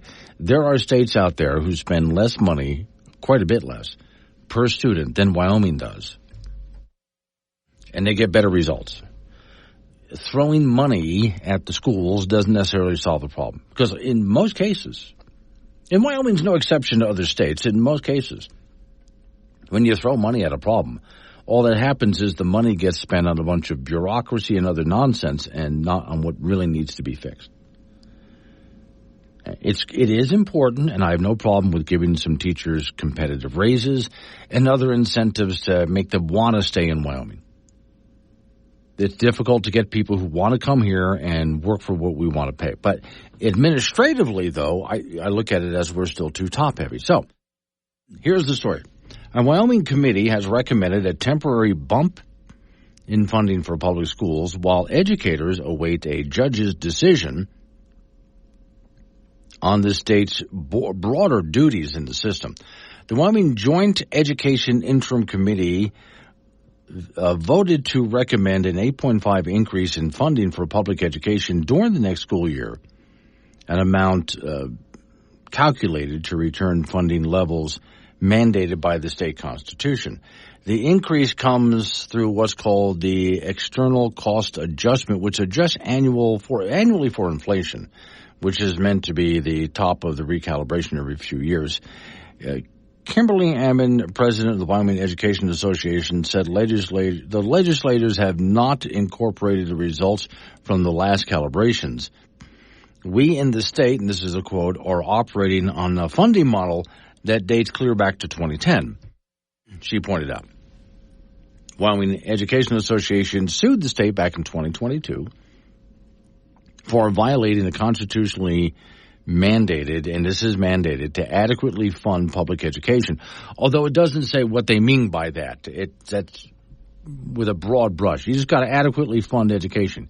Meaning what, exactly?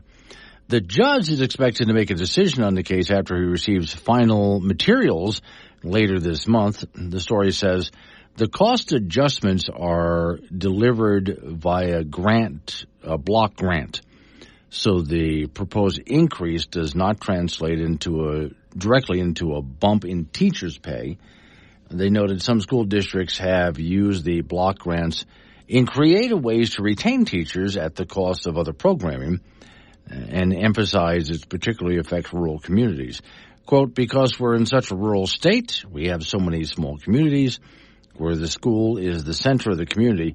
Wyoming educators used to have a strong pay advantage over teachers in neighboring states, but according to a report prepared by the committee, Wyoming's advantage has taken a fall since 2018, and that goes back to me. I have no problem at all in giving teachers a raise. I've never had a problem with that, and making sure their pay is competitive. Let's go back a few years. I've talked about this before. North Carolina schools, some years ago, were just some of the worst in the nation were North Carolina schools. This is back when George W. was president, and he was able to get several $1 billion sent to North Carolina schools so they could upgrade whatever they needed. And I watched as the state took that money and built beautiful school buildings with all the latest technology inside. And that included, and this is kind of ahead of its time, smart boards. And a smart board would be a board that was more of a computer-generated board than it would be a blackboard or a whiteboard. And they could do all sorts of amazing things. So they really upgraded the technology a lot and built brand new schools and so on. And when it was all done and the money was all spent, education in North Carolina did nothing. Didn't change at all. That schools were still just flunking people out, and dropout rate was high, showing once again that throwing a bunch of money at the problem is not the solution to the problem. You got to actually, but again, funding teachers is a good thing, but it's about how the kids are being taught in the classroom, their experience in the classroom, not what kind of building they're in, which is why I like to point out charter schools, private schools, homeschooling tends to do a whole lot better than public schools. In fact, I've seen homeschooling where it's just a little classroom, a bedroom in a house, for example, was turned into a classroom, or maybe they just use the living room, or they're teaching the kid around the kitchen table. So not a whole lot for materials and buildings and so on in education. And yet these homeschool kids are really doing well. In fact, major universities tend to at first they were afraid to take homeschool kids because they thought, well, didn't get a public education. Mom taught them in the kitchen. Well, turns out that was really a great thing to do. And they did. The worry was also these kids would be unsocialized. It turns out homeschoolers get together and work together as local organizations. So if you want socialization, homeschooling tends to be a better way to do it rather than public education, because homeschoolers work together. And so do a lot of private schools. They work together as well as charter schools. So I do see a definite advantage outside the public school system. These are various types of school systems that take a lot less money, and yet they seem to all get much better results than you're ever going to get in the public school system. Now, I'm not going to say that every public school everywhere is bad. I've seen some really good public schools, but on the whole, taking it cross country, you're much better to have your kid in a charter school or a private school or a homeschool, something like that. Even in Wyoming, I've seen parents get together as a group and they hire a teacher to make a sort of a one-room schoolhouse. And it's still, even though the teacher might get paid well, and I've seen this in other states too, the teacher might get paid well, and it's a one-room school, private schoolhouse, and they call that homeschooling. They have one teacher that teaches several families' kids. And that private form of education has worked out a lot better than many public schools have. But you don't have all the big things that the public school has. You don't have, where's all this, and it's not to say kids don't get involved in sports, but they can't get involved in sports through the school because the school doesn't have any. Where's your football field? Where's your swimming pool? Et cetera, et cetera. Instead of a big institutionalized facility, it's something that just focuses on what's happening in the classroom, focuses on education. So there's the route that I would like to see Wyoming take, and I still would love to have an answer. I want legislators to come up with a solution for this. When our Wyoming Constitution says they have to adequately fund the schools, that means what exactly? Define adequately fund. Now, whether it's done through legislation, it would probably have to be done through writing something into the Constitution. Adequately funding means this. So we understand exactly what we're talking about. Because at any time, some teacher organization or a school can come and say, we're not being adequately funded, having not really properly defined what that means in the first place. All right, coming up on local news, after local news, update on the weather forecast, you and I get back into it again. 888-97-WOODS, the phone number. That's 888-97-WOODS. Or do what a lot of other people are doing, and I'm answering them back. Texting me off the Wake Up Wyoming app. You just download the app. It's free at the App Store. And you hit the chat option and send me text messages. So I'm chatting with all sorts of people while I'm on the air, both on and off the air. That's certainly open to you. Nice big section of open phones next. Wake Up Wyoming.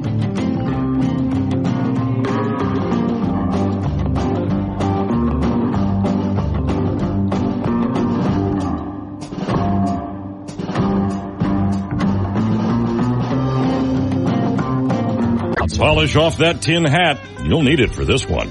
Wake Up Wyoming with Glenn Woods. Available on demand on the Wake Up Wyoming app. 8:36 the time. It's Wake Up Wyoming. So the Paisan just sent me a text message, which I'll read to you on the air, since I was just talking about teachers pay in Wyoming. He said, I agree with you. Now, mark that down. He agrees with me. That happens now and then when a listener actually agrees with me. Teachers should be paid competitive wages to keep the good ones here in Wyoming. He said, I emphasize the good ones. If teacher does not show a good result in their classroom, they should not be getting a pay raise, just as bad employees and any other business automatically get pay raises if they, and I agree with that. If you had a bad employee at a business, do they get pay raises too? Well, they do if they're the boss's kid. But anyway, another point I'd like was Wyoming, was it WEA? Anyway, the property tax bill legislation last year. If the school needs more money, why don't we sell off some of the empty buildings? Well, if they can sell them, yeah. They have scattered around town and around the state. All the property could be used for something more productive. That's not a bad idea. In fact, I've often looked at your federal government and how many buildings they have. And if they sold them all off, how much money not only would we save, but would the taxpayers have, hey, we could do something like pay down the debt or something like that. All right. Let's see. I got to be careful of reading this because this was just sent to me by Arnie. Morning, Arnie. It's a meme. A recent study found people who take their coffee black are more likely to exhibit psychopathic traits. And people who order a quad shot, non-fat vanilla soy, extra foam, light whip with caramel drizzle are more likely to be their victims. Oh, that is so true. I got to read that again. No, because, in fact, hang on, just let me set something up before I do that. And we'll do the... Okay, that's what I want this one. Okay, I've got it set up, ready to go. Thank you for that, Arnie, because I think that makes total sense. A recent study found people who take their coffee black are more likely to be psychopaths. People who order a quad-shot, non-fat, vanilla soy, extra foam, light whip with caramel drizzle are more likely to be their victims. So damn true. Hello, welcome to Coffee Cabana. Our special today is the popular Mocha Kappa. What can I blend for you today? Cup of coffee, please. I'm sorry? Just a regular size coffee, please, that's all. Oh, I guess I don't understand. What part of that don't you understand? Well, for one, we have several different sizes. Petite, Medio, Alto, Forte, Muy Grande, and Crescendo. All right, I just want a small cup of regular coffee. Well, please. But Okay, look. Point to the cup that's the smallest. Okay, there you go. That's the one. Oh, okay, I see. And what would you like in that? Coffee. And? Just coffee. But we have syrups and powders and toppings and frappalapalattas. Just coffee. Plain old coffee in a frickin' cup. Look, okay, take the cup. Perfect. Now, hold it under the coffee spout. Good. Now, fill it up. There you go. Now, give it to me. That's it? Yes, that's all.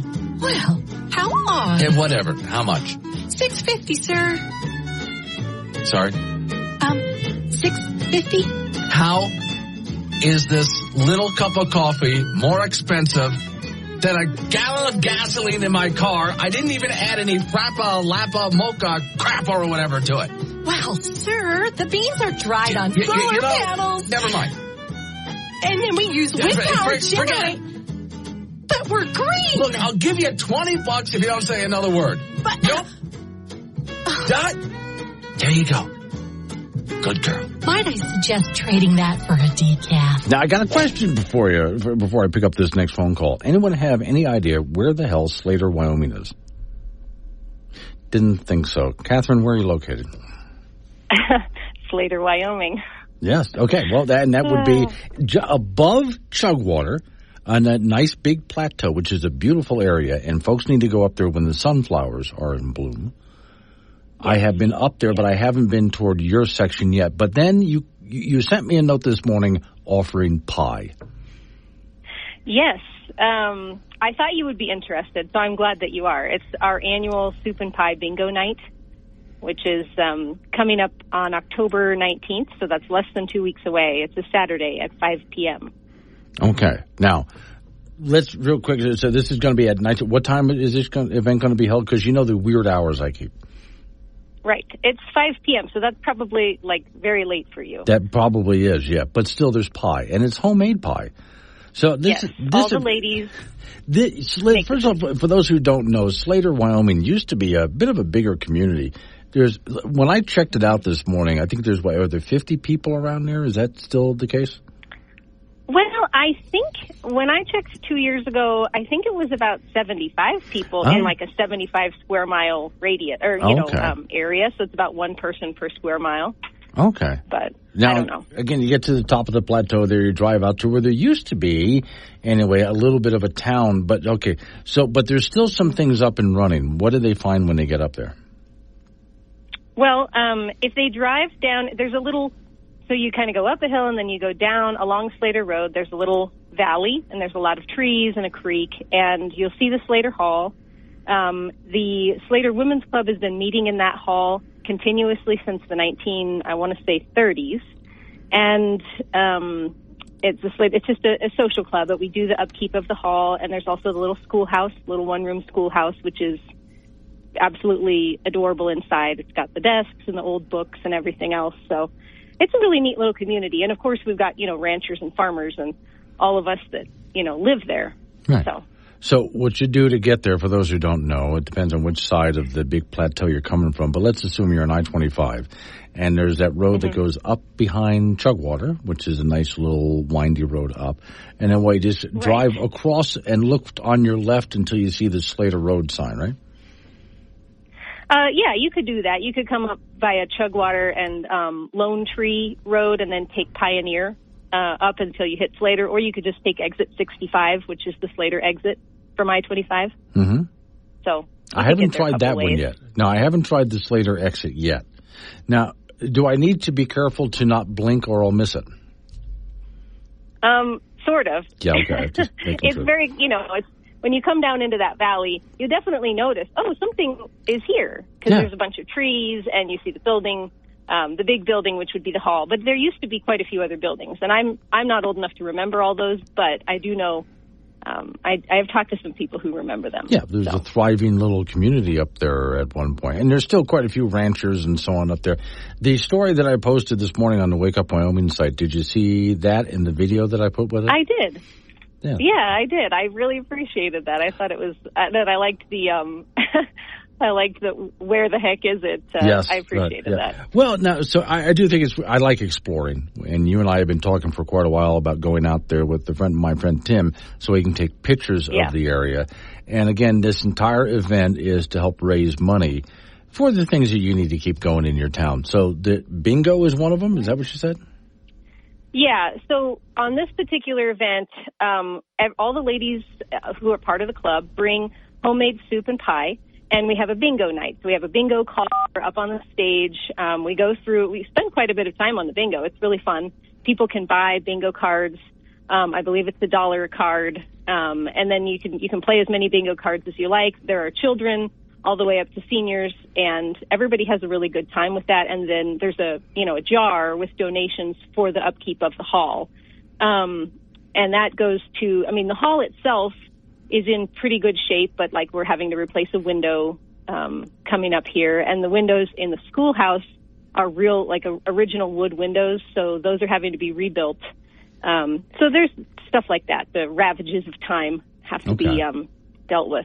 So people need to be when to get this event, the bingo thing, but of course the pie. Right. Where do they have to be when? Yes, of course, the pie. So at the Slater Hall on October 19th, which is a Saturday at 5 p.m. All right. And just come hungry and ready to have a good time. All right. Thank you for calling in this morning. I appreciate it. Yep. Thanks, Glenn. Bye-bye. Wake Up Wyoming. If it matters in Wyoming, it matters to Wake Up Wyoming with Glenn Woods. Call Glenn at 888-97-WOODS and make your voice heard. AM 1030, K2 Radio. 8:49 is the time. Off to the icebox we go. Frank Gambino is waiting by. Okay, so Frank, as you're driving up past Chugwater, Wyoming. Yeah. And you look off to the right at the buttes up there, you notice there's that one last piece that sits out from the rest. Yes. Okay. They call that Castle Rock. Or Castle Rock, or is it?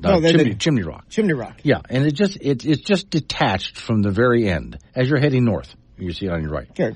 All right. And so there's a post that I put up there. There's a guy. This is actually from 2 years ago, but I sent him a note going, "Oh, that was just so cool." He's a parasailer. One of those guys who takes the big parachute and just drives on his back. Yeah, and goes flying around on a parachute with a big propeller on his back. Okay. So he was flying around that area. Now, some of the video, he's got music to this, great editing. Sometimes he goes down toward a country road and drags his foot along the road. He also went over to the railroad track and dragged a foot along one of the railroad tracks as he's flying over.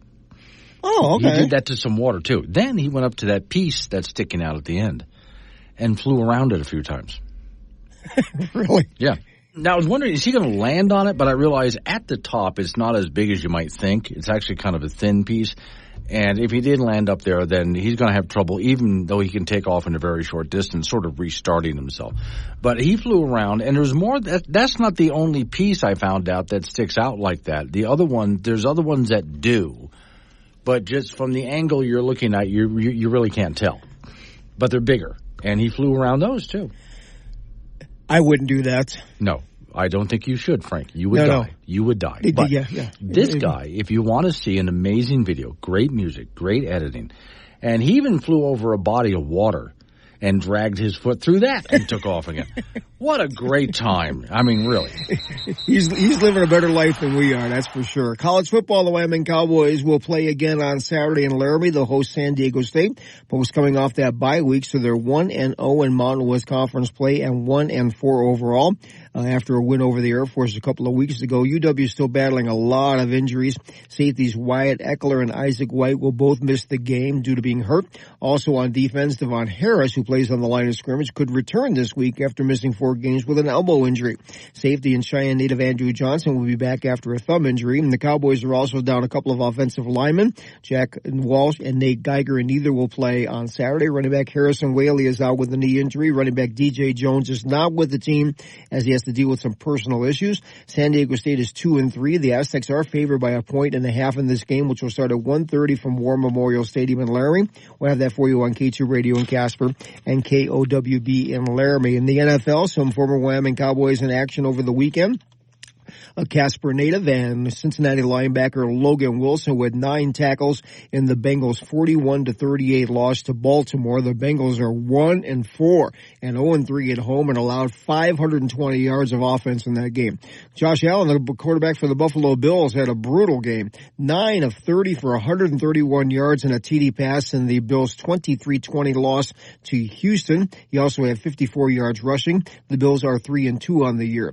New Orleans defensive end Carl Granderson with 7 tackles in last night's 36-13 loss to the Kansas City Chiefs, and Jacksonville linebacker Chad Muma with 5 tackles in Jacksonville's 37-34 win over Indianapolis. High school volleyball is latest standings in 4A. Laramie is 22-1, Kelly Walsh 22-2, Cheyenne East 13-11, Natrona's 10-14. Cheyenne Central comes in at 7-15 so far, and Cheyenne South is 3-21. In 2A, Glen Rock is 3-16. Burns 1-27, Pine Bluffs 18-14, and in 1A, KC 8-10, and Midwest is 6-11. The Major League Baseball playoffs continued yesterday in the American League. Detroit beat Cleveland 3-0 on a Kerry Carpenter 3-run homer in the top of the 9th, so that series is even a 1 game apiece. It's a best-of-5 deal. And Kansas City beat the New York Yankees on the road 4-2, and the Royals have 4 runs in the 4th inning, so that series is tied at 1-1. Tonight in the National League, Philadelphia and the New York Mets, and Los Angeles and San Diego, both of those series are tied at a game apiece. Note to Josh Allen, don't disappoint us. Everyone has their days. I understand, but bad. Look, we are surrounded by bad teams right now. We need to live vicariously through him. Yeah, they'll be better. They're not going to be great. No, but we need somebody. Yeah. And he's the last hope we have right now. For now. So Josh. Until someone else emerges. Yes, that might be a while. We're in a bit of a drought. Yeah. In case you hadn't noticed. Yes. Coming up on some local business we have to take care of. I got to roll into news time after that. National, local, update on the weather forecast, more open phones. Wake up, Wyoming.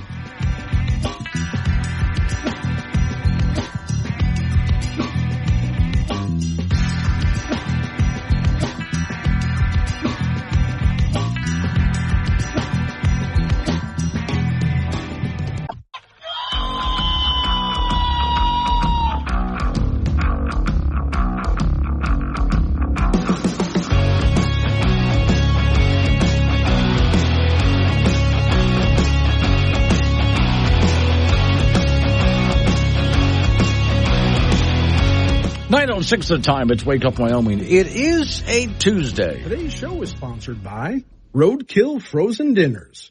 Just as fresh as when you creamed them with your truck the first time. And now with armadillo bites. And as I keep saying, it's one thing when they're creamed, but then afterwards you can cream them. In a cooking term.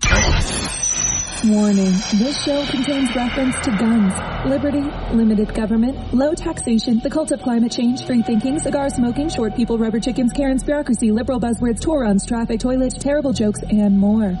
No apologies will be issued. Guest callers may express any opinion they want without fear of being canceled. Unless you're a loudmouth jerk like Dave, then Glenn will hang up on you. Strap in, hold on to your coffee, and feel free to participate. This disclaimer does not refer to every person named Dave. Just one particular Dave from San Francisco. We know a lot of Daves. They call this show all the time, and they're great people. So don't call this program and complain that we use your name. That would be a real Dave move, Dave. Off the phones we go to talk to Casey about teachers. Morning, Casey. Morning. Yes, sir. So, my sister is a teacher down in Texas. I've been listening to the conversation about teachers and compensation and getting better teachers and stuff. And she is pretty close to retirement, or the earliest that she can retire from whatever they call their Texas teacher thing. And as soon as she's done, she's moving to Wyoming, hopefully Chugwater, to become a teacher again. And her first year in Wyoming will pay her more than her last year in Texas. Wow. I didn't realize. I figured Texas would pay more than Wyoming. I did too. I was really surprised. Now she's moved schools and she's got a master's since then, so some of that may have changed. But I mean, she wants seasons because all it is hot where she lives, right? And then obviously better pay. I just thought that was amazing. Well, and also Chugwater is going to be a really inexpensive place to live. You know, it's one of those little towns that I absolutely love. Is she going to be at the charter school there? I don't know. She hasn't even applied anywhere. That's just her hope. Oh, that's her goal there. Chugwater. Okay. We live in Cheyenne, so it should be close and stuff. She just wants a small town, with seasons. She doesn't really. I mean, she won't hang her hat on that for sure. Okay. Well, she's certainly going to find nice places that are affordable in Chugwater. So she's picking a good location there. And last I had heard, they were working on putting up a charter school in Chugwater. So it might be worth checking into that to see how that works out. Okay. Well, I'll have to tell her when I give her a ration about her Pittsburgh Steelers self. Oh, God. Well, so you get to pick on her about sports then. Okay. Yeah. All right. Well, again, I did not know that. I thought Texas teachers would be paid a whole lot more, especially with benefits and all that afterwards. So, big surprise. I really did too. Well, and how are Texas schools doing? Because one of the arguments I made earlier is there are out across the United States states that pay less per year per student than Wyoming does, but get better results. So I'd love to know, what are the grades, what are the results in Texas schools? I don't know that. I'd have to ask her that. Yeah. But I know they've moved recently to a different school just because it wasn't a really good environment for their kids or whatever to be around. But that, as far as how they do, I don't know. All right. Thank you, Casey. I appreciate it. 888-97 Woods, the phone number, 888-97-WOODS. He was responding to a story that I was talking about earlier about how Wyoming education system, there are some who want to make sure that we are keeping our constitutional requirement, which is in the Wyoming Constitution, to make sure that our schools are well-funded, although they never define what well-funded is or where the money actually has to go. Because to me, funding more bureaucracy is not really where the money needs to go. I would actually pay less for Wyoming schools, but more for the teachers, but less for the schools as a whole and per student as a whole. And I think we can get better results with that. Cody is in Carpenter. Hello, Cody. Hey, good morning. Real quick, a couple points, and you pretty much hit on them. But first of all, anytime you've got employees, which I have several and have had many over the years, you find quality people, and then you leave them alone. Yeah. And that's the problem. Biggest problem I see with the teachers is just over bureaucratic crap. Trying to micromanage them to death. It's just unbelievable. My mother was a teacher for her whole career. My wife's a teacher, and it's just unbelievable all of the stuff that they're trying to force on them these days to do. Their workload is just triple what it used to be, and meanwhile the results go down. Yeah. So it's a mess. But Texas is interesting because they have a totally different setup than we do. That varies by district, and some of their schools are very good, and a lot of them are actually very traditional dress codes yet and things. And then the next one over will be totally different, which in my opinion is how it should be. The community manages their school, and it's what they make of it. And that's what's frustrating me about Wyoming is we're statewide. We have very little local control. Well, we're supposed to be the opposite of that. Wyoming's supposed to be a lot of local control, and we brag about that often. In fact, our school marm, or as they call her, the Wyoming Superintendent of Public Instruction, school marm, will often say that I can't make decisions like that. It's up to your local school board to do it. Yeah, but when it comes down to it, though, basically the local school board hires and fires teachers, and that's about it. The curriculum's all set by the feds. The facilities are all managed and money distributed for the facilities. The state decides if you need a school, and if so, what it'll look like, and they give them money for the heating and the cooling and repairs. It really frustrates me how we've got to the point that the school is no longer our community school. It belongs to the state. And that mentality flows through all of it. You know, I mean, that's why we've got this less community stance, less care about the schools, less whatever else, because it's not ours. It belongs to the state. And, you know, the more we can get moved away from that, the better, I would say. All right. Thank you, Cody. The final point real quick. Go ahead. It's just that, you know, every time it comes up about funding, we hear, oh, we got to have money for education. You want to cut education. That's so wrong. You know, our teachers are some of the best paid in the nation. It's amazing. You know, our facilities are some of the best in the nation.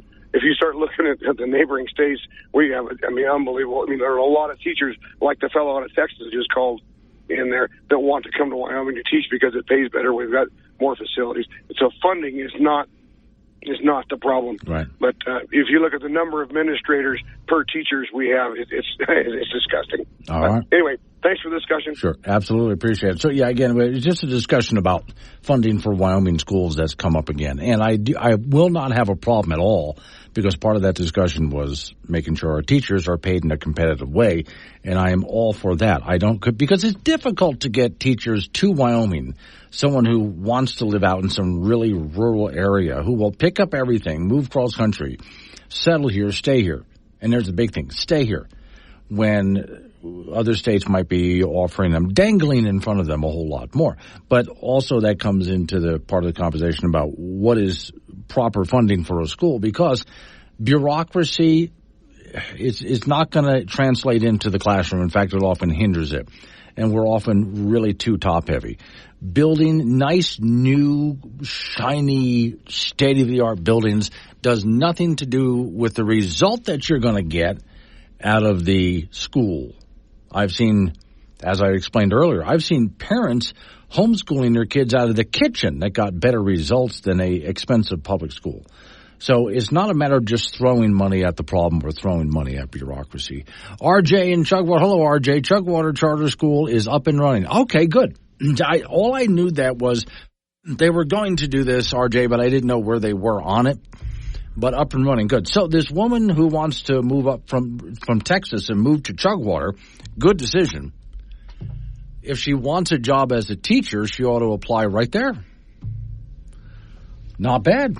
What about a talk show host? Talk show host, that's good. I think I'd be good at that. I talk to people all the time. Someone even told me once they thought I'd be a good talk show host. Really? Yeah, a couple of people. I don't get that, though. Where do you start? Well, that's where it gets tricky. I just walk into a building and say, I want to be a talk show host. Well, they tend to give those jobs people that are, in broadcasting. Well, that's really not fair. And we're back.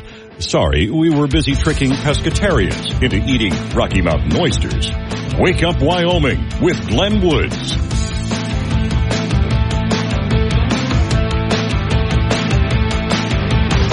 9:21's the time. It's Wake Up Wyoming. My name's Glenn Woods. Thanks for joining me. Okay, so you can drag me back to any other topic that you want to drag me to. That's absolutely fine.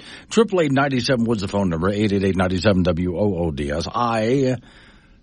I'm going to switch over to someone we haven't talked about in just a little while. She's been kind of quiet. Well, she's been working on the Palestinian issue, ladies and gentlemen. I want you to picture yourselves as a college student again in some really hot nightclub where the music is blaring. Big screen TVs above your head. Greta Thunberg's face staring down at you in anger. How dare you!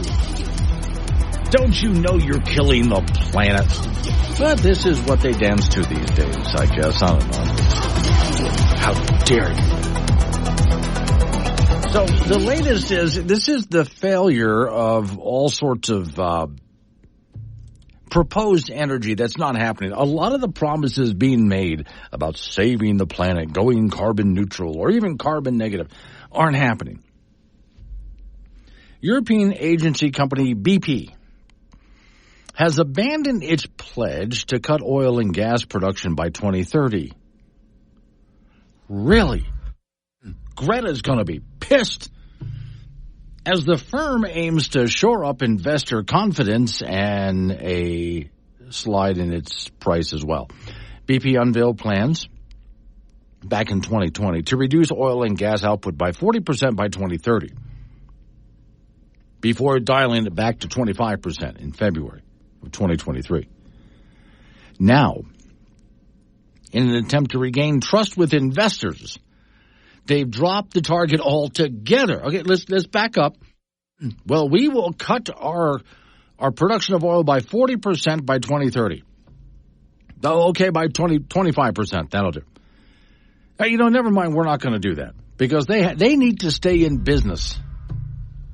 That's money again. So altogether, in a source told Reuters, a broader corporate strategy shift in focus to remain profitable rather than give it into all of those green incentives. And they know the government money is going to stay there. So, well, the direction is the same. No, it's not.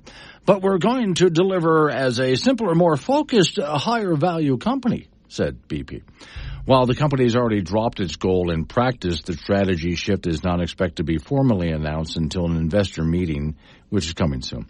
News follows BP announcing plans to sell roughly $2 billion in U.S. onshore wind power. So they're getting rid of wind turbines and dropping their goals to get rid of oil. And that comes as the company's share price sits at a 2-year low. If they continue this, they will go out of business.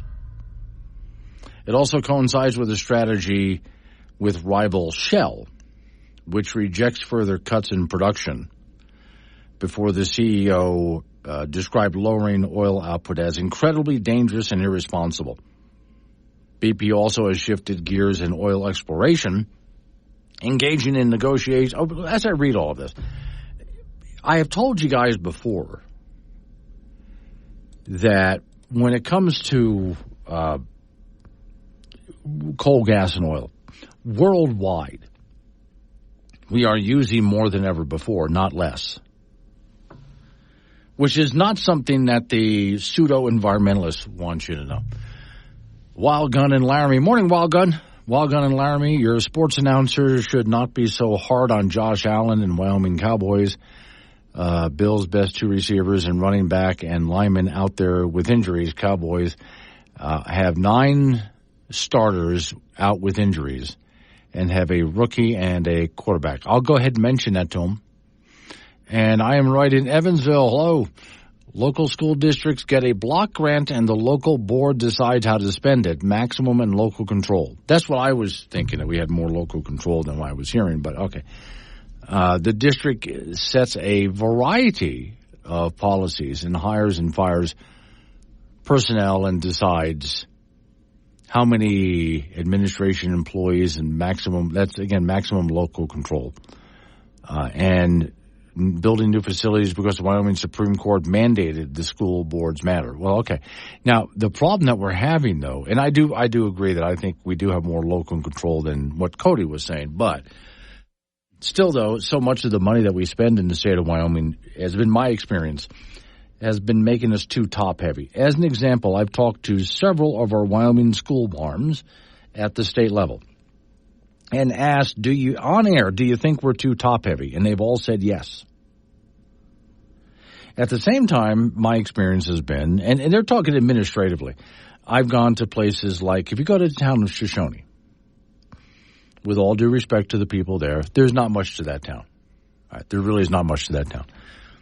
And as I was just deciding I should drive around and explore it, because what I see from the highway that goes through it is not necessarily representative of what the whole town looks like. Then I drove through and found out it's actually kind of worse, but okay. As I drove through and around, I came across their school building, which is gorgeous. I mean, it's a big, expensive building. And my thought is, and we spent all of that money on that beautiful building, which to me is not where, I don't care if a school building is beautiful and big and state-of-the-art. I really don't care, because that has nothing to do with the quality of student that we're going to get. To me, that's not a good focus of money. If a schoolhouse just looks basic, that's fine. Okay. What I care about is the quality of teacher in that classroom. And I don't care what kind of bureaucracy we have and administrative ends and so on. I don't care if we have a really nice looking pitch to play football on, or baseball fields and diamonds and so. I don't care. I care what's happening inside that classroom. Which is why I'm one of those who says we can reduce the amount of money that our schools get, but focus more on the classroom. And I say that with confidence because of the number of schools, again, not just public schools, but charter schools, private schools, and home schools that use far less money, way less money. And dear Lord, the result that they get is incredible. So I think it's the way we have to focus more on the way we spend money in the state of Wyoming, not how much we're spending. Again, I would even take a reduction in the school budget if we focused it more on what actually mattered in the classroom. Coming up on 9:30, local news coming your way after a local news update on the weather forecast. Another nice segment of open phones. Thanks, Wild Gun and Laramie for the comment, and I am right in Evansville and everybody else. Now, 888-97-WOODS is the phone number. So 2 ways to communicate. Text me using the Wake Up Wyoming app. Use the chat button. Or call the show at 888-97-WOODS. It's Wake Up Wyoming.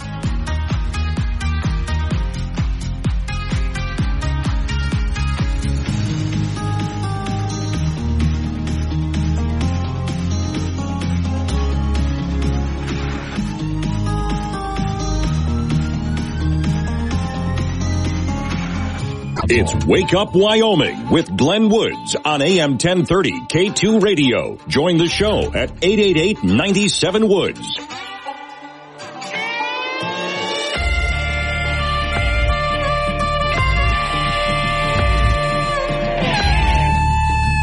Nine 36 the time. It's Wake Up Wyoming. 888-97-WOODS the phone number. That's 888-97-WOODS. So, interesting story I came across here from Cowboy State Daily. Why Wyoming jackrabbits are predatory, on par with coyotes and wolves. Now, when I first read this, I'm thinking, hold on, are jackrabbits out there like catching mice and things like that? What do you mean by predatory? How are they predatory? Well, it doesn't necessarily mean that they're going out there like carnivores and killing. You don't have to worry about waking up in the middle of the night. If you're camping under the stars, you didn't put a tent up, you're sleeping under the stars. You wake up in the middle of the night, you're surrounded by jackrabbits, and you're done for. That's not what we're talking about here, okay?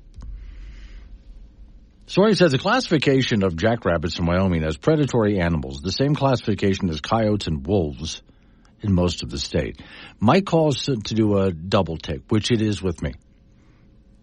Don't worry, it says that doesn't mean they're vicious, carnivorous hares lurking in the sagebrush, waiting to devastate livestock herds.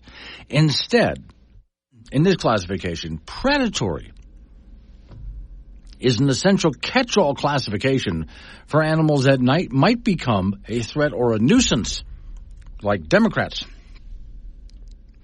Jackrabbits are classified as predatory animals because of their ability to devour crops, particularly when their numbers swell.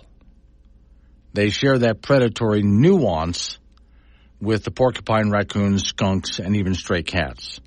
It's all part of a complex system classifying animals based on their local species. So in other words, jackrabbits, yes, they will produce like rabbits, and they'll overwhelm an area and just eat everything in sight. And that's why they're calling it predatory. You drive into a set of corrals, outbuildings, there could be up to 400 jackrabbits in one spot. You know what they've been busy doing. So there you go. That's why they classify them as predatory. And yes, you can hunt them. All bets are off. You see those suckers, you can take them out. To add another layer to complexity, jackrabbits and cottontails are also classified differently. Cottontails are classified as a small game animal, and they may be hunted, but only with a license during hunting season. Jackrabbits are also a different species. Jackrabbits are not true rabbits. They're not true rabbits, even though they look like it. Cottontails are. The difference between the two is that rabbits are born much like puppies and kittens, blind and helpless without fur. On the other hand, the other ones are able to run around and hop immediately, the jackrabbit. Now, this has nothing to do with the jackalope, by the way. I'm reading this wondering, what do we classify the jackalope at? They even have horns. And so I would say beware of the jackalope, because if they get too many of those, you're in big trouble. Just tossing that out there. Okay. Now, I did mention that if we're classifying this as a predatory animal, then we can classify liberal Democrats as a predatory animal too. I'm going there. Look, here you have a bunch of woke DEI people with all of their social justice rules that they want to impose on us, whether we like it or not, that would strip away a lot of freedoms and liberties. And by the way, every time you get successful and earn a bunch of money, they want it. They want your money, they want your property, they want your liberty. And so I would have to classify then liberal Democrats as a predatory animal. Would you agree? As opposed to somebody who wants liberty and freedom and limited government and government out of your life altogether, the most limited possible government. And someone like, I'm more of a libertarian type, I would say that if you are successful and you earned a bunch of money and you did it honestly, then it should be yours. And nobody else has a right to it. See? I'm not predatory. But what predatory is when someone takes a look at the money that you have, the property that you have. Well, you're not paying your fair share, and that should be seized from you and given to somebody else. By the way, you're supposed to live in this kind of home and drive that kind of a car, and you're supposed to send your kids to this school whether you want to or not.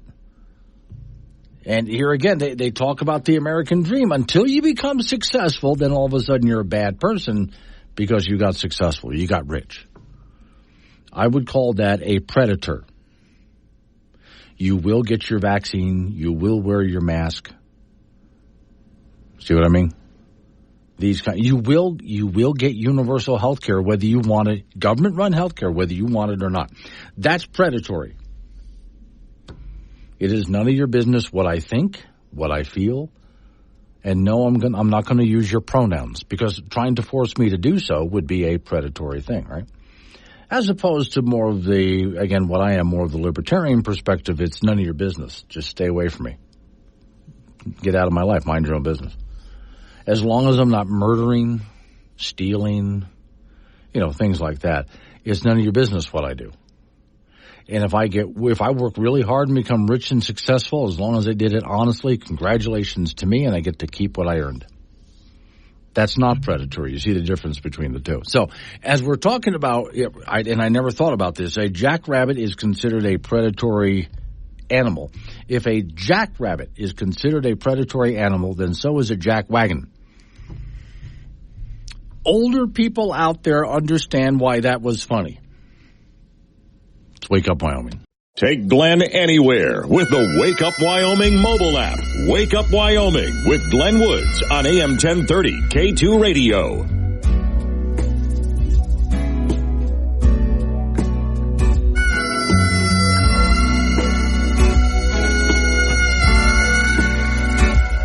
Coming up on 9:48 off, we go to the Icebox. Frank Gambino is waiting by. So, okay, Frank, I have had this little sponsor of the day running, which is canned roadkill, as fresh as when you creamed it with your car. Yeah, and it's on sale right now in aisle 6. And then there's creamed roadkill, which you can do. Okay, so then I decided to look up stuff that was actually... People actually eat that stuff. Yes.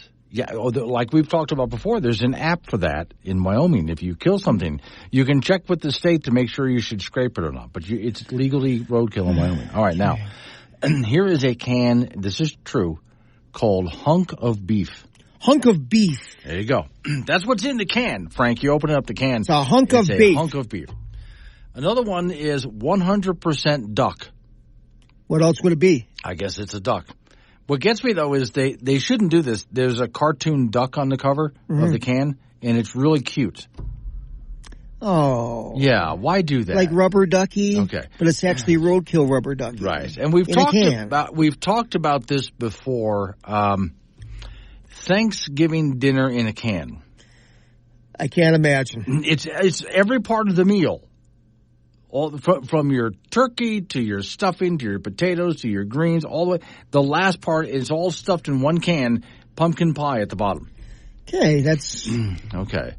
I'm I have no words for that. Would you like a can of, and I'm not kidding, Frank, I'm not kidding, a can of baby crocodile? Not really. Okay. How about Rose's pork brains? Not really. No, it does not even sound remotely appetizing, doesn't it? No. Yeah, okay. Let me see. I don't even know how to pronounce that one. Oh, there we go. Creamed possum. That's a thing. It's actually a can of creamed possum. With no seasoning? I don't know. I'm not going to try it either, Frank. I'm not.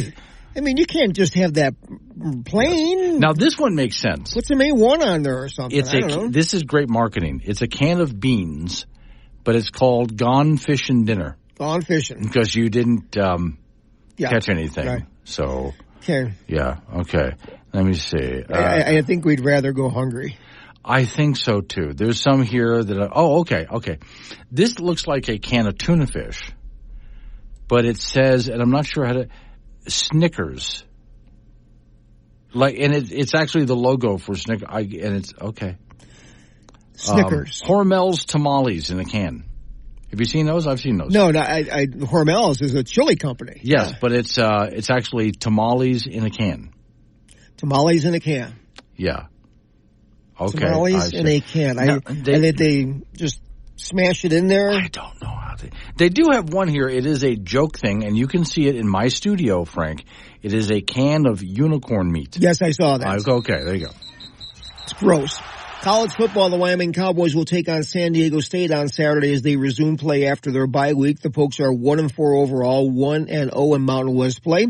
After beating the Air Force a couple of weeks ago, San Diego State comes in at 2-3 overall, and the Aztecs are favored by just 1.5. So this is an even-Steven game.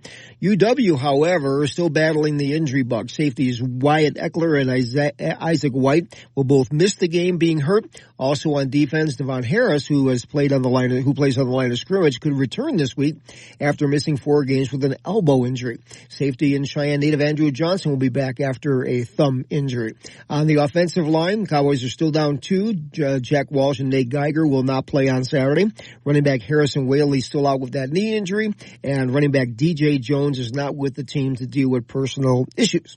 So it'll be a 1:30 kickoff from War Memorial Stadium in Laramie on Saturday. We'll have that for you on K2 Radio in Casper and KOWB in Laramie. In the NFL, some former Wyoming Cowboys in action yesterday and on Sunday. Now, yesterday, Carl Granderson, a defensive lineman for the New Orleans Saints, had 7 tackles in the Saints' 36-13 loss to Kansas City.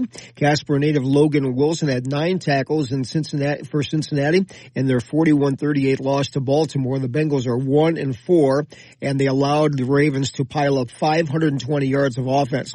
Quarterback Josh Allen for the Buffalo Bills, 9 of 30 for 131 yards and a TD pass in the Bills' 23-20 loss to Houston. The Bills are 3-2. And linebacker Chad Muma had 5 tackles for Jacksonville in their 37-34 win over Indianapolis. In baseball, the National League playoffs continued tonight. Philadelphia will be at the New York Mets in this best-of-5 series with the series tied at 1 game apiece. San Diego will host the Los Angeles Dodgers tonight, and that series is even a 1 game apiece. In the American League, Detroit beat Cleveland yesterday 3-0 with a 3-run homer in the top of the ninth. And Kansas City, who lost 106 games a year ago, beat the New York Yankees 4-2, and that series is even at 1 game apiece. So that's it in sports. Okay, Frank. Let's put this together now. Josh doing good? Not last week. Not last week, but is he doing good overall? Yeah, but not last week. But you have hope for him. Oh, he'll figure something out. Okay. Well, the team actually figures something. I've said this before. The Buffalo Bills without Josh Allen, they're a very average team. Okay. But they got him anyway. Yeah, they got him, yeah. Again, he's the guy we're watching. Yeah. All right. Yeah. Thank you, Frank. Coming up on some local business and news time after that. It's Wake Up Wyoming.